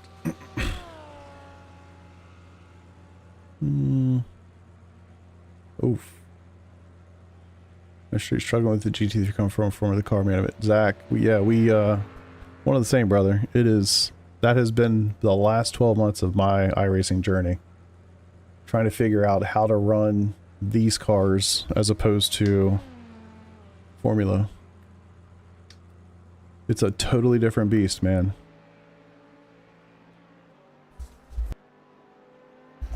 Found you were slow in VR. I found I was faster. I think just the natural feel of it felt better, and I just naturally was faster. But also I think that like it's like any other piece of equipment. It's something that's new and interesting, right? You want to spend more time doing the thing because it's cool and interesting and new. So what you don't realize is like, oh yeah, I'm also practicing a lot too. You know, like you're naturally getting better because you're literally spending more time doing it, you know? But yeah, the like Nick, you guys know Nick Mazza, he's, you know, races with me and stuff a lot, and he's all VR, only VR, and that's his jam. He's fast as shit, you know? So yeah, it's super subjective. That's basically triples from tweaking the settings, sweating in VR. As I find it so much better than my 32-inch widescreen. Yeah, and that's, I think, a really interesting point, Ryan. Like, most people aren't asking the question of, is VR better than a single 32 or a single 27 or whatever? It's so like, that's important to note, right? If it's like, hey, I don't have the space for triples, or I don't have the space for whatever, a 30 or a 57-inch ultra wide monster, like VR is really fucking cool. And when you think about the space it does not take, you know, that's a huge benefit. And if you're one of those people that can get past, whether it's the heat or a little bit of uncomfort, you know, I mean, hell, I was in the middle of the Daytona 24 of like a double stint, and my eyes started itching. You know, I'm sitting here trying to jam a finger up in there to hold on. I mean, you know, if you can get past some of that sort of stuff, or, you know, just be comfortable with that, and if you kind of get to a place where you don't have some of the connectivity issues that I had, or the tracking issues that I had, or, you know, it can be incredibly cool, you know, incredibly cool. It's just that when that honeymoon period is over, where are you then, And for me, it wasn't as interesting after that period was over as it was when it started. But that's, again, it's incredibly subjective. Some people are like, yeah, I'll never use monitors. I will stop sim racing before I stop using VR. Like, there are definitely people that have that feeling, and that's totally valid. Not feeling the grip. Yeah, Zach, it probably is going to be some of the, you know, weight transfer, the lack of aero compared to what you're used to, depending on how fast of an open wheeler you've been driving. It's probably going to be a lot of those factors. True Daytona 24 experience. Amen. Only that for the race is short. PC can handle it. It's also really cool to see y'all are actually wanting me, like, you're making me want to connect my VRs to screw around with it, but there is something really cool about sitting in a GT3 car with a VR headset on and just looking around. You know, like, that kind of stuff is just awesome. So cool. Headset makes a difference. Half triple, 2 different headsets. G2 is comfortable. Yeah, the headset makes a massive difference for sure. For me, G2 and Quest 3, both pretty interesting. I love the G2. The sweet spot was too small, but the comfort was really good. Actually, the audio in that thing was pretty solid. But the sweet spot was problematic, and the tracking I had issues with big time. But yeah, the Quest 3, not as comfortable. Have to go through more effort. Like the G2, you could actually just put on your head and just go. It's connected via DisplayPort, and that basically is plug and play and just works every time, and that is great. The Quest was not like that. I had to always go in. I don't remember the modes, but you had to like put it in a certain mode so that a DirectX program could take over. There was some stuff there, but I never tried. So I guess the last thing I'll say about VR too is before I bought these monitors, I had an order in for the Crystal Light, not the little package you put in your water, but like the Pimax Crystal Light. And honestly, it was taking so long for that order to come in, I canceled it and bought these monitors instead. So I almost went right down that VR route. Again, it's not that I don't like VR, it's just not in a great spot right now. They need to be more comfortable, a little less pain on the PC, slightly better fidelity. I never had an issue with motion sickness or anything like that, thankfully. Here it says no full face race helmet.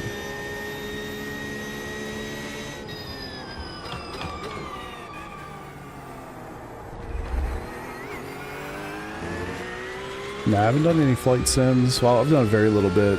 I haven't done it in a while, a couple of years, but I'm sure I've done Elite Dangerous in VR. That's pretty cool. I actually did do a little bit of VR in Microsoft Flight Simulator 24. Is it 24? No, it was 20, the one before it.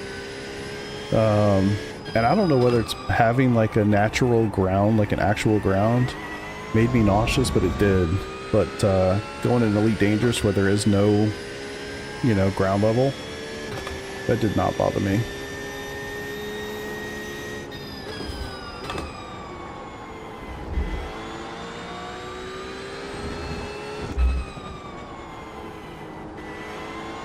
I think I need to watch somebody go through those final corners. Quest is a standalone. How VR is pricing? Yeah, it definitely can be pretty expensive. The VR is not really an option. Yeah, exactly. That is a huge piece of it too. Like doing content creation, streaming, whatever. Like VR is not really an option. I know some people do it, but I don't think many people want to watch somebody with a VR headset on their head for a live stream. I would argue most people don't want to watch a live stream where somebody doesn't have a camera and shows their face, you know? The connection with the person, I think, matters a lot. Unless you're a VTuber, and that's a whole different world. Maybe I should do that one day. Get like a cat to stand here instead of me. You guys might not even care. Quest 3 will connect straight using OpenXR. Yeah, I never did the virtual desktop thing. I'm trying to remember why I didn't. Doesn't that require a Wi-Fi 6 router or something that you have to connect directly into, which I don't have. And even if I did, I couldn't connect it right here. But yeah, I used the Quest 3 through OpenXR, Open Kneeboard. I mean, trust me, dude, I went through that whole thing for sure.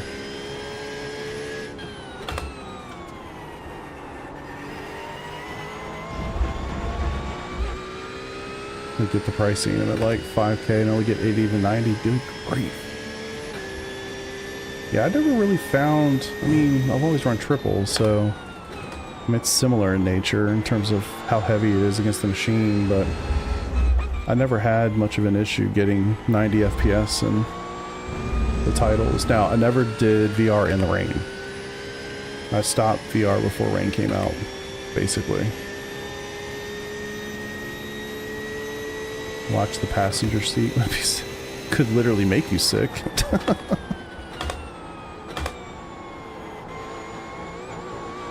Yeah, maybe able to go deeper in there than I thought.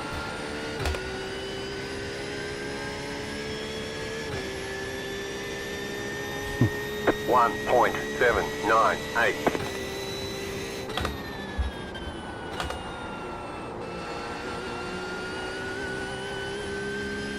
IMAX makes a special router. Next to my PC, one-to-one connection. So you're using that with a Quest 3, or you also have a Pimax? I'm always up for trying new stuff, but yeah, I just can't imagine ever actually going back to VR all the time. 32-inch ultra-wide? Yeah, for sure. There's just no comparison on that front, you know? Quest 3, okay.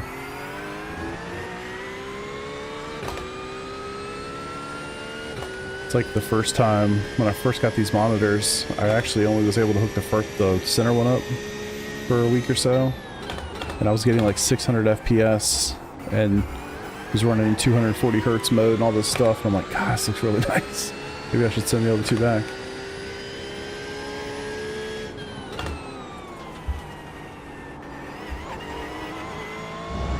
A little bit faster.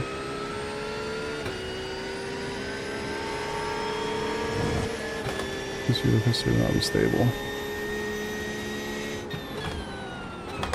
Yeah, I never tried anything other than the USB connection on the Quest 3. My kids have it upstairs now. It's not even down here anymore. Pretty much relegated. And every once in a while, it's been a few months now, but every once in a while, I'll connect it. Just get that wild hair, you know? Want to sit down, try it, look around the car. And it's super interesting, and then I drive for a little bit, and tracking starts doing something stupid or whatever, and I'm like, okay, I'm good now. Turn it off. What's up, MP?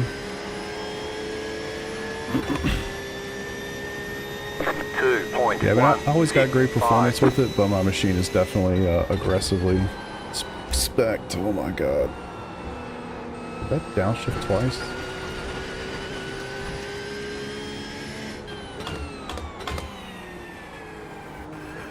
Enough. Yeah, trust me, I've gone through that whole thing. So, last time I really did it, I wasn't in here, obviously, and I wasn't even out in the main part of the basement. I was just on the other side of this wall. So I tried lamps, I tried disconnecting monitors, connecting monitors, all that sort of stuff. Because in fact, I was sitting in front of triples, because I wasn't moving the triples to try it, right? So I like disconnected two of them, and just kept the center one going. I tried all sorts of different stuff. It would have been better to have base stations, but I just didn't want to go that route. I'm doing good, MP. Just trying to get a little bit of practice in for this week coming up. Wishing that this was a little bit more populated with GT3s to have somebody to race with. Learn from a little bit.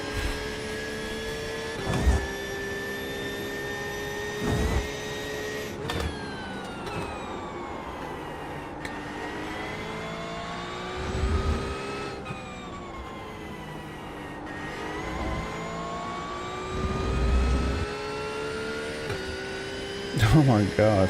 Yeah, that would be unfortunate, Kevin. Yeah, I don't know, man. I mean, the headset, it was good. Like, it was fine. I don't know. I mean, we're talking the G2, and that was a while ago, and at this point, honestly, it doesn't even matter, because they've gotten rid of support for it. So even if I wanted to try to figure it out, I would be better off using something else.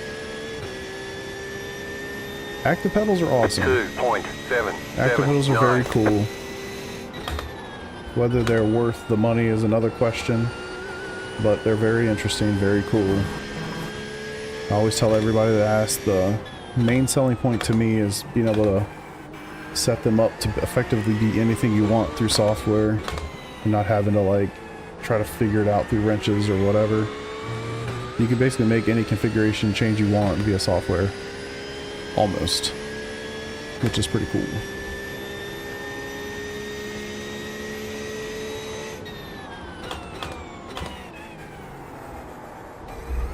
What's up, Striker?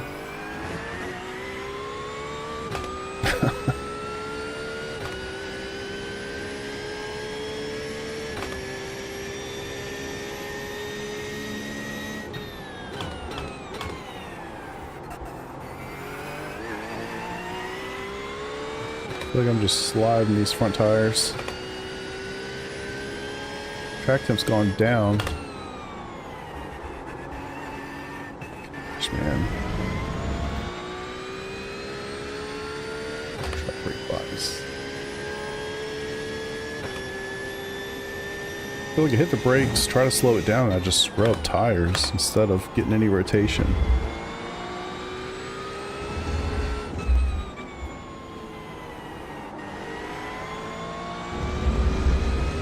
Yeah, for sure, man. If you have any more questions about active pedals, don't hesitate. I've got one for brake, one for throttle. Right side. They are super cool, Clear. Right but side. not cheap. Clear. If they were like, you know, $1,500 for a pair, in my eyes, it's almost a no-brainer, but yeah, it really did get a significant slowdown. It's taking forever. 2.413. So slow.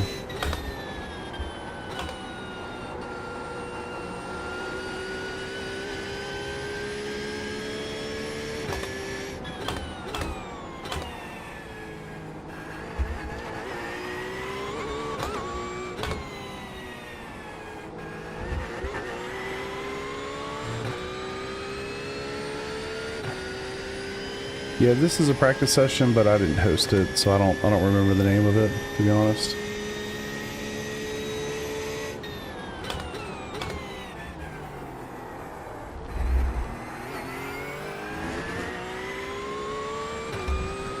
Going for brake. I should. Big one pass on you, I'm pretty sure. Wait, what? You were in here?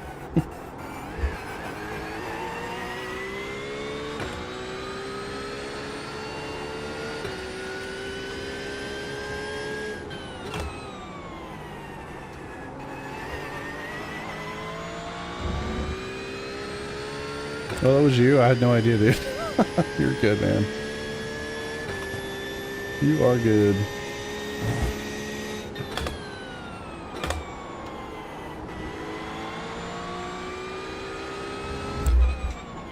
Yeah, I don't know, man.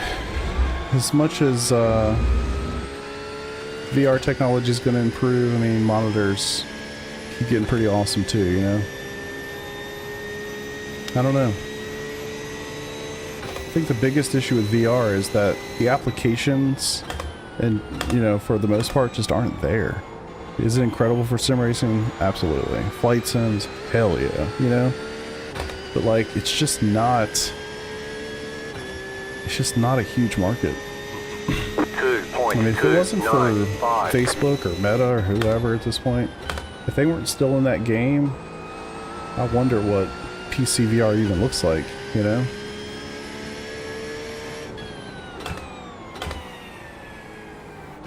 I mean, if it was left up to Valve, Pimax, HP, who's out of the game, I mean, if it wasn't for the Quest, And I think what Apple's doing, I think that'll be interesting long term. Obviously what they're doing right now is no application for what we're talking about. But what does that market look like if Facebook's not in it, you know? You got these very, very small companies building these headsets, which is awesome, but they're as likely to go out of business as way more so than some of these obviously much larger companies that are invested in the space. But it's really only Meta at this point. That's a big business investing in VR. Whatever Apple's doing is what Apple's doing, but it's not going to translate to PC VR by any stretch. They'll never make their headsets work with PCs. It's been a week or two, beginning of the session. Yeah, best of luck with that, Ryan. I hope it stays that way for you.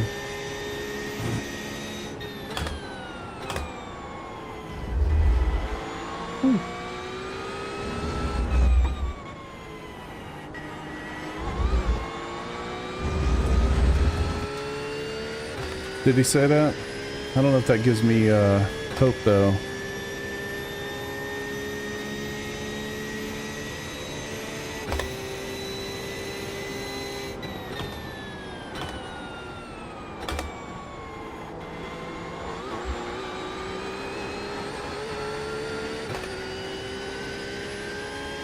No, I've never tried one of those head tracking tools. It was like Track IR, I think. 2.538.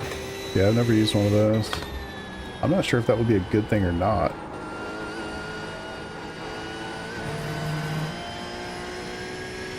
Yeah, they've been talking about Deckard for how many years? Yeah. I was hoping, I'm trying to think of how many years ago that was. I was hoping that was going to get announced. They've been talking about that for a long time. Track IR. Wonder what the, I've seen one guy that I like to watch, Squirrel TV. He does all sorts of sims. These days mostly flying and farming, but I've seen him use it on those before. I wonder what it would look like in iRacing. I guess you have to keep your eyes pointed wherever your head's pointing or it's going to throw you off, I would assume.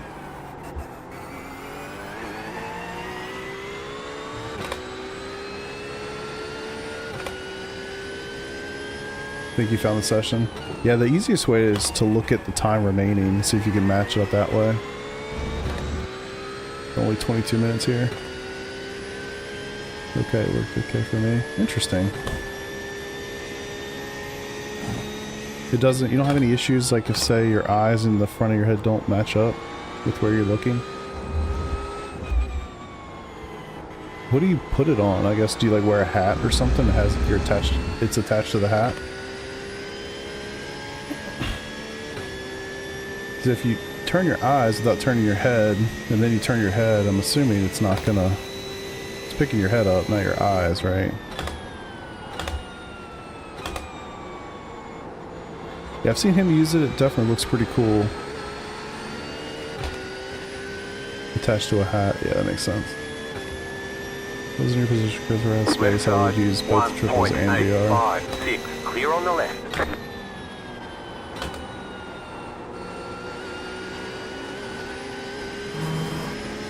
Left side, clear.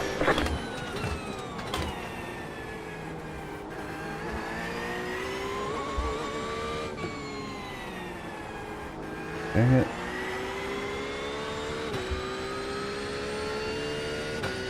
How range do you want for the wheel? I do 900 degrees. I've thought about motion. I just don't know that it's worth 10 grand for a really good motion setup. A buddy of mine has D-Box, Peter. I'll have to ask him at some point again. I know I've asked him in the past, but I don't remember the verdict. I think he likes it, otherwise I'm sure he would be using it still, but for the price point, I gotta wonder.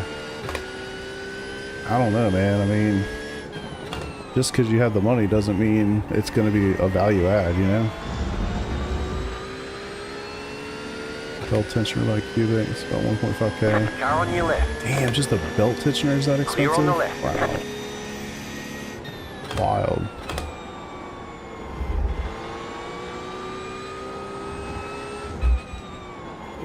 too wide. Not too bad. This could be a green lap. Car right. A lot of immersion, even nice to literally Clear. feel the trail braking. Interesting. So I guess if you... Yeah. I'll have to ask Peter when he gets back and see what he has to say about it again.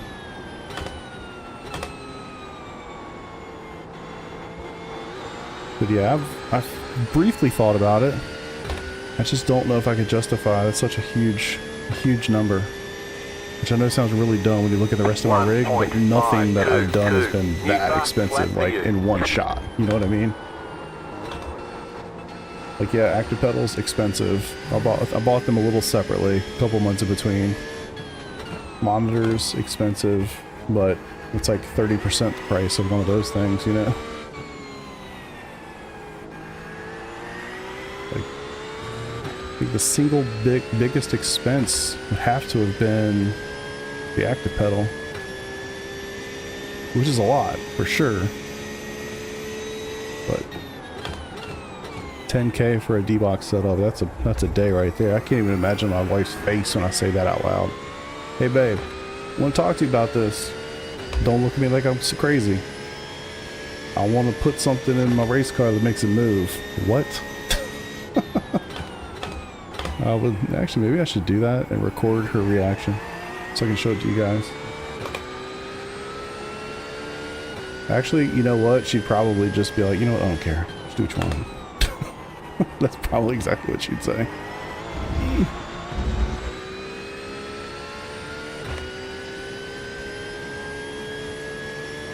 Mine is a wheel.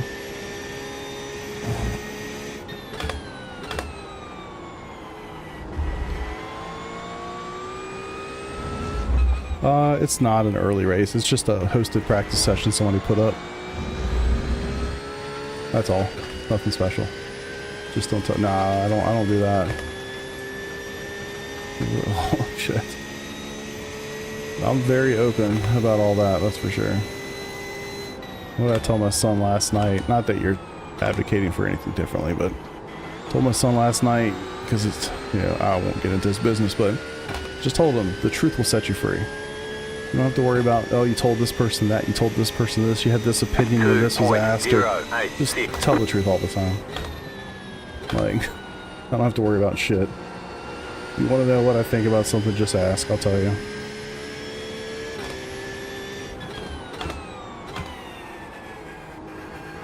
Sometimes that doesn't go well, but at least I'm honest.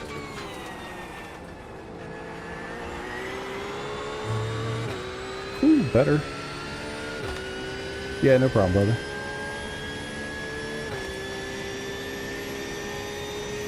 Yeah.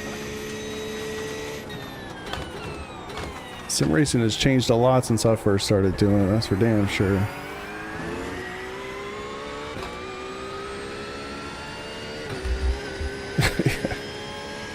Yeah, it's probably a lot easier. We don't share finances too, right?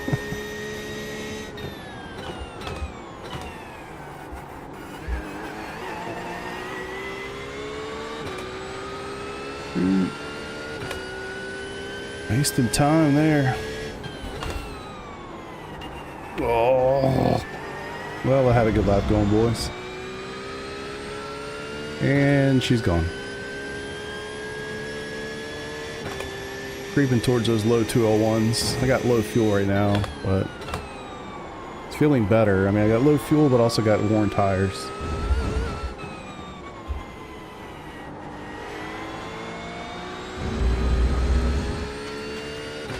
Right, yeah. Things change when that happens. For sure. Well.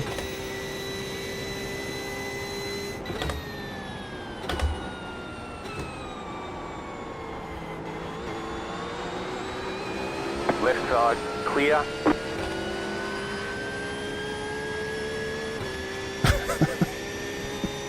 Never underestimate how easy that is for them, man. I think you're dead. Hey. What's up, Brandon? I'm just trying to figure this track out again, brother. Probably need to run a session with you and follow you for a little while. Resin Boss person with some set up. Holy shit. I am lucky on that front. My wife's hobbies basically include reading, so books are not expensive.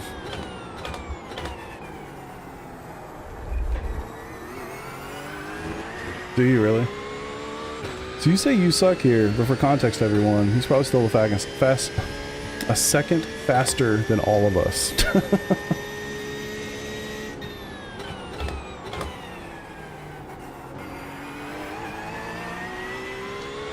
I can't believe I've done an entire fuel run. Just shooting the shit makes it easy.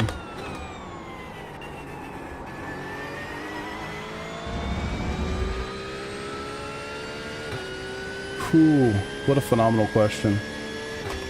I could do an entire video on that too. I was just talking to my wife about that like last night.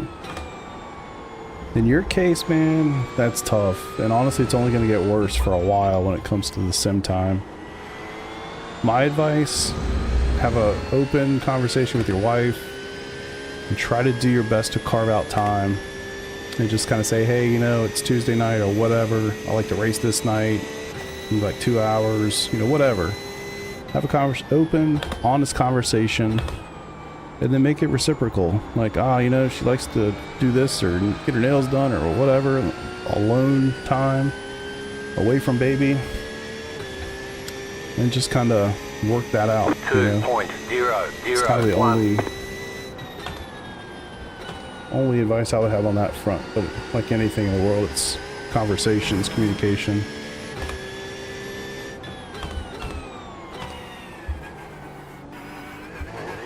But yeah, as they get older, it definitely makes things easier and also harder, I guess, as I'm thinking through this live. But you know, I've got 13, 15, and a 17-year-old, so most evenings they don't want to spend time with mom or dad, or hell, most of the time they don't want to spend time with mom or dad. They want to sit in their room and play games or talk to the girlfriend or, you know, whatever. So that's why you guys see me online streaming as much as I do.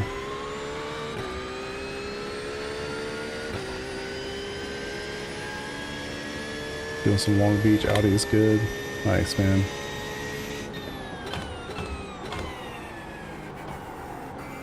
Gross house family. But yeah, with such a young child, I mean, you're still in nap modes and all that sort of stuff, so you can probably find time here and there. But when you need that real dedicated time to like get an official race in, or you really have to plan around it. And luckily too, for quite a few years, I mean, you're not at the point where they're sleeping through the night yet, I'm sure, or I would assume. Maybe you're the lucky one, but when you get to that phase, things change a lot, you know? Kind of in the house anyway, certain time at night, spend time with the family, baby goes to bed, spend time with mama, you know. But you'll naturally kind of have some time in there where you can each kind of have your own ability to do things that you find interesting that are for you, you know?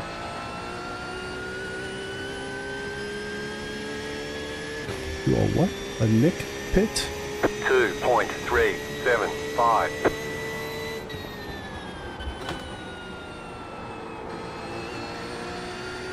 I sucked so hard to that corner.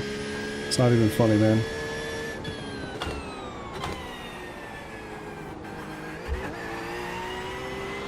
It's funny, I picked up, y'all are gonna think this is insane, I'll explain it as I go, but I picked up World of Warcraft when my first child was born. Isn't that crazy? But honestly, it fit perfectly. It was like one of those things where you can just easily play when homeboy's asleep.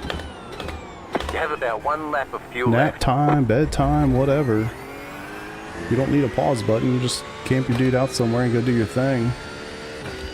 And when homeboy wakes up screaming and crying at night, you know, go do what you need to do and you can go back to it. I always kind of found that like a lot of the social life stuff that you had going on before is a little over now because you got to be home by whatever time so little bro can go to bed. And just, yeah, like it's funny how that works. You start having a lot more time for indoor activities, you know?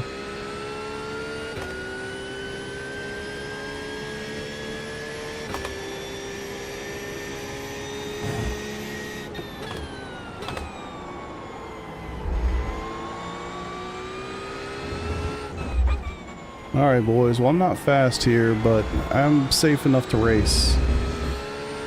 That's all you can ask for. Best was a 2015. I don't think the track ever changed much more than like 34 to 36 degrees. We'll do a practice pit here.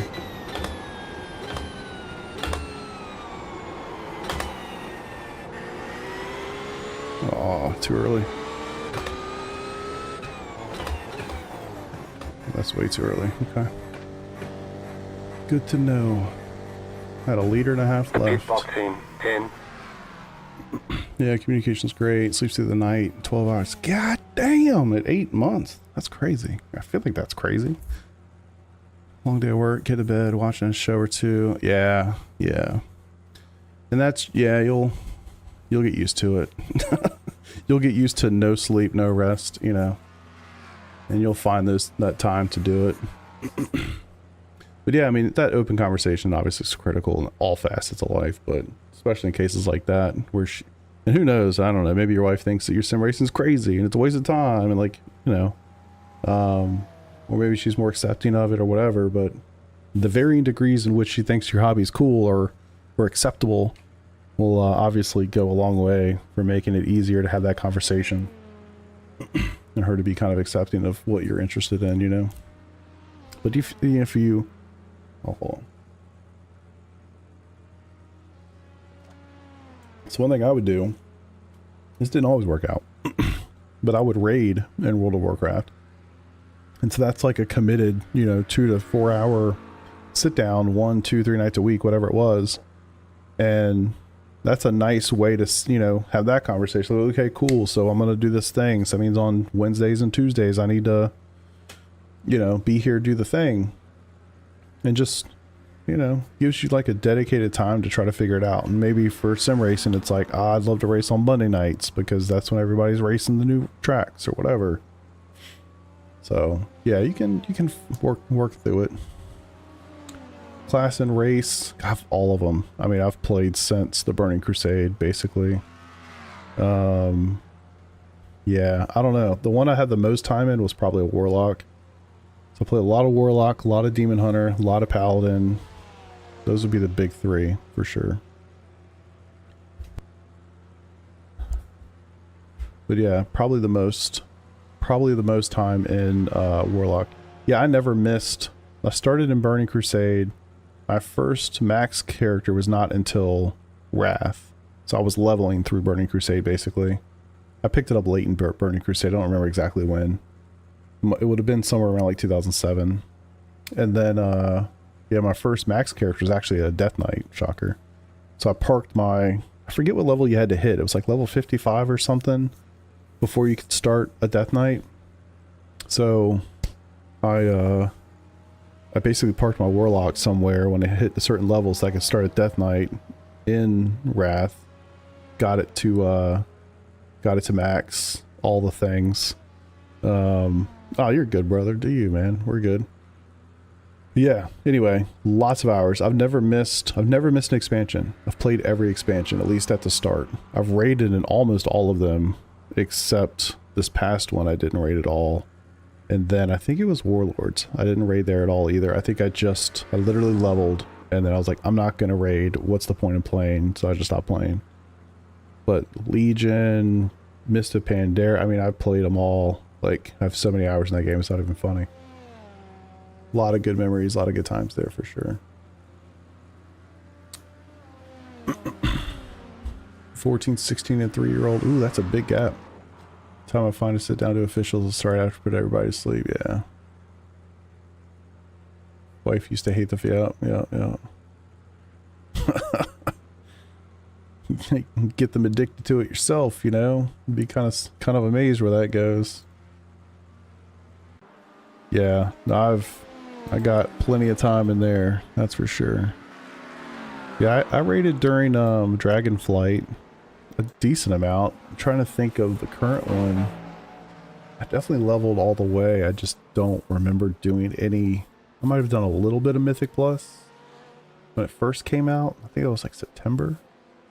But I was so deep into iRacing that I just don't have the time to do both. That's for sure. Appreciate that. Thank you for the sub. Thank you, thank you. But yeah, that's a really fun game. I mean, if you can, I don't like these days, that game is so different than what it used to be like back in the day. Like, especially really early back in the day, but even like back in the day, like Mista Pandaria time frame, it was so much fun. These days, the game is too figured out. It's too mathed out. You don't discover things anymore. It's like everything's already prescribed and you're just kind of experiencing it. It's just a total, yeah, I'm sure it is for you. I mean, honestly, it's unrecognizable to somebody that played back in Mista Pandaria, which was probably 12 years ago now. But for somebody that played back in 2004, 2005, like, yeah, totally different game. It's still fun. Part of me sometimes would love to jump back in and just casually play it. But then I always kind of think, like, what the hell's the point? Like, I don't want to commit to a rating schedule or anything like that. Not interested in doing that. And so Mythic Plus I enjoy, like running dungeons is fun. But it's like people are so sweaty about it that I don't want that in my life. That's too much. Too much, man. So then you kind of sit there and think, like, what the fuck, what's the point? You know? What's the point of playing the game if you're not going to, like, do the gear grind and all that sort of stuff? So then I get to that point, I'm like, you know what, fuck it. I'm just not going to play. I'll just go race. Talk about getting sweaty. Guild Wars. I never played Guild Wars. No, I did play the Star Wars, the Old Republic. I played a little bit of that when it first came out forever ago. But Tarkov, I've never played Tarkov, I don't think. Played a little bit of some of those types of games, but I don't think I've ever played that one. I suck. Like, any first-person shooter these days, I'm ass. If this was like 2007, then it was like Halo or, you know, some of those days I was pretty good at it, but these days I'm the old 40-year-old man who doesn't have the reflexes and would just get absolutely murdered. I would do better in games like Battlefield or something, you know, where you can play a part as opposed to like just straight run and gun, you know. But if you had like a role to play that wasn't 100% about your reflexes, you know what I mean? Like, I need that role. Can't handle the first-person shooters. Yeah, I don't even try. I mean, the last FPS I played was probably Destiny. I'm thinking Destiny. Maybe Halo 5. I don't remember when those came out. I think they were all kind of the same. I'm sure I played Destiny 2. I had a group at work. It's almost 2025. This was literally like 12 or 13 years ago. Holy shit. And, yeah, we had a group at work that we raided in Destiny. So we would go to work and we would just talk about Destiny all day. And then we'd go home and we'd jump on. We were all on Xbox. Playing Destiny, doing the raids, doing the strikes or whatever they were called. So much fun, man. It was just such a good time. And like in that game, you didn't have to be super great at it to kind of get through the game. But I don't hear anybody talking. Well, somehow they can talk to me or hear me. But yeah, I think games like Battlefield would be a lot of fun these days. I'd love to play something like that again, where it's like I can be the guy that runs the tank, you know, or I can be the guy that supplies everybody with ammo. I'll be the medic. I'm cool throwing out med packs. No problem. That's a lot of fun, but yeah, when it's like, hey, you've got to be the guy that goes in and does all the shooting. Like, nah, man, I'm good. Battlefield 3 Bad Company is so good. Yeah, I played a lot of Battlefield 4 on the Xbox. I think that was one of the first games that came out on Xbox One. I love that game. Like Titanfall, incredible game in my opinion. Because again, like they had I forget what they called them, the grunts, I guess. Maybe they were called grunts, but they were like the AI guys that were so easy to kill. So like I was still okay killing pilots, but it wasn't like if you're not really good, you just die a lot because you got other people to kill too, you know? But Tarkov's more tactical. Not saying aim's not important, but positioning map knowledge is more important. That's definitely interesting to me. Way more interesting. Arma Reforgers popping up. It's kind of like Battlefield. I heard Arma's like a military simulation. Is that accurate? Apex Legends. Yeah, any of those games, dude. I just get me out of there. You know, like they look super cool and I'll watch people play. I like to watch, you know, whether it's 10 the Tatman or Dr. Disrespect or whoever. I like to watch these guys play some of these games and they're really good at them. Like what's the Call of Duty one? Whatever. Not Warfield, whatever. Warzone. But like that, they're running, gunning, sliding, jumping, going through the fucking sky, jumping off, parachuting in, blah, blah, blah. I'm like, bro, what the fuck just happened? Like, I got nothing for that. Nothing for that. I'll drive a car. That's about as good as I get with my reflexes these days. That's just way too aggressive for me. Way too much going on. No Fortnite. My kids are really good at it. I am not. And the times that we've played, I always have a rule: no building. Because like that, to me, I hate that. I hate building. Very mechanical 15, no clue how it is for you guys. It's just a different world, man. I mean, I grew up playing like the OG Counter-Strike when it was in beta. You know, like I remember 1998 playing Counter-Strike. I remember playing like the original Quake, Doom. I mean, hell, I remember having a floppy disk playing Doom on DOS back in like probably the early 90s, mid 90s. Like I've played first person shooters for a real long time, but they were just totally different back then. Obviously back then, but even like some of what a lot of people would call the heyday, where it's like Call of Duty Modern Warfare 2, or you know, just yeah, dude, Counter-Strike's been around forever. Counter-Strike was a Half-Life mod. So I'm trying to think. Over, head on in. I know I'm boring the shit out of people that don't want to hear about this, but I apologize. Beta year. What year was that? 99. Was it then? 1999. So I think it was it 1.6? What was the really popular year or version?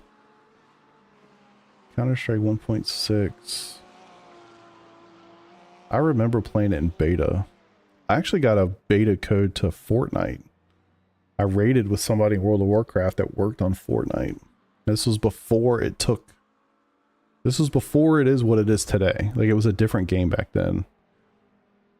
This would have been, God, 2010, 2012 timeframe. Maybe even earlier than that. 1.6. So released in November of 2000. But I remember playing it in the 90s for sure. 96. Okay. So yeah, maybe it was 90 or 99, not 98. GTA and Bird's Eye View. Yeah. Yeah. I remember playing the original Grand Theft Auto. Yeah. Gran Turismo, Need for Speed, FIFA back then on PS1. Yeah. I mean, I remember playing Pole Position on a freaking brown wooden Atari. I mean, yeah. I remember that. GTA 1 from 97. Yeah. Because these days doing stuff I can't even comprehend. I'm only 27. Duck. Yeah. Yeah. I remember the day my dad walked through the door with a Nintendo, the original Nintendo. I want to say that was 1987. Was that 87? 85. God damn. Nah, it wasn't. We didn't have it then. American nationwide release came September of 86. Yeah, I want to say it was 87 for us, but for me. But yeah. Yeah, Crash Bandicoot. Absolutely. Yeah, I mean, I remember getting a PlayStation 1 for Christmas. I want to say that was 95, wasn't it? Yes, one. It was Christmas of 90. Okay, Christmas of 94. Yeah, I remember when that came out. Bro, I remember, I'll tell you one of the biggest like holy shit moments I ever had, and I don't remember the year. Obviously I'm gonna look it up. I remember going to a Toys R Us. I don't know if y'all remember going to the Toys R Us, but you like, if you wanted to buy a game, you pulled the little slip out. You'd have to give the slip to the person. They have to go in the back to get the game. That was cool shit ever. But I remember going to a Toys R Us and seeing Mario 64 for the first time. That shit blew my mind. Blew my mind. Wait a second. You're in 3D? Yeah, it was insane. 96. I remember that. So I remember getting a Nintendo 64 for Christmas that year.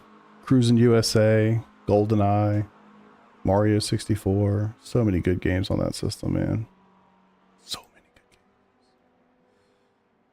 games. Good days. Yeah, but when you saw that for the first time, all we'd ever played was 2D scrollers. And all of a sudden he's just like running around in open 3D space. Like, what? Crazy. Yeah, I remember Metal Gear Solid, yeah.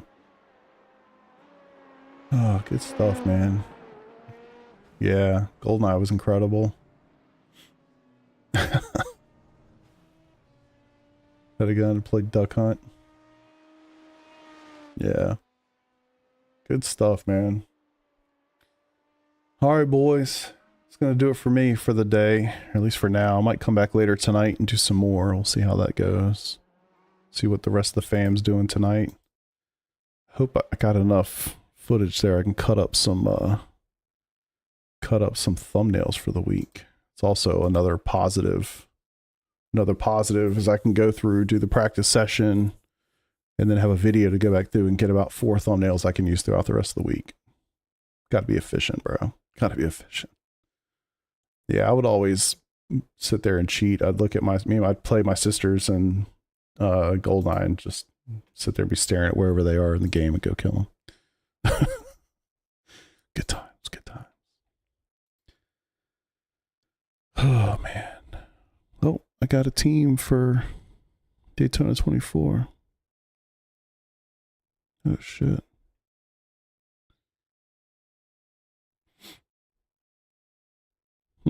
Cool.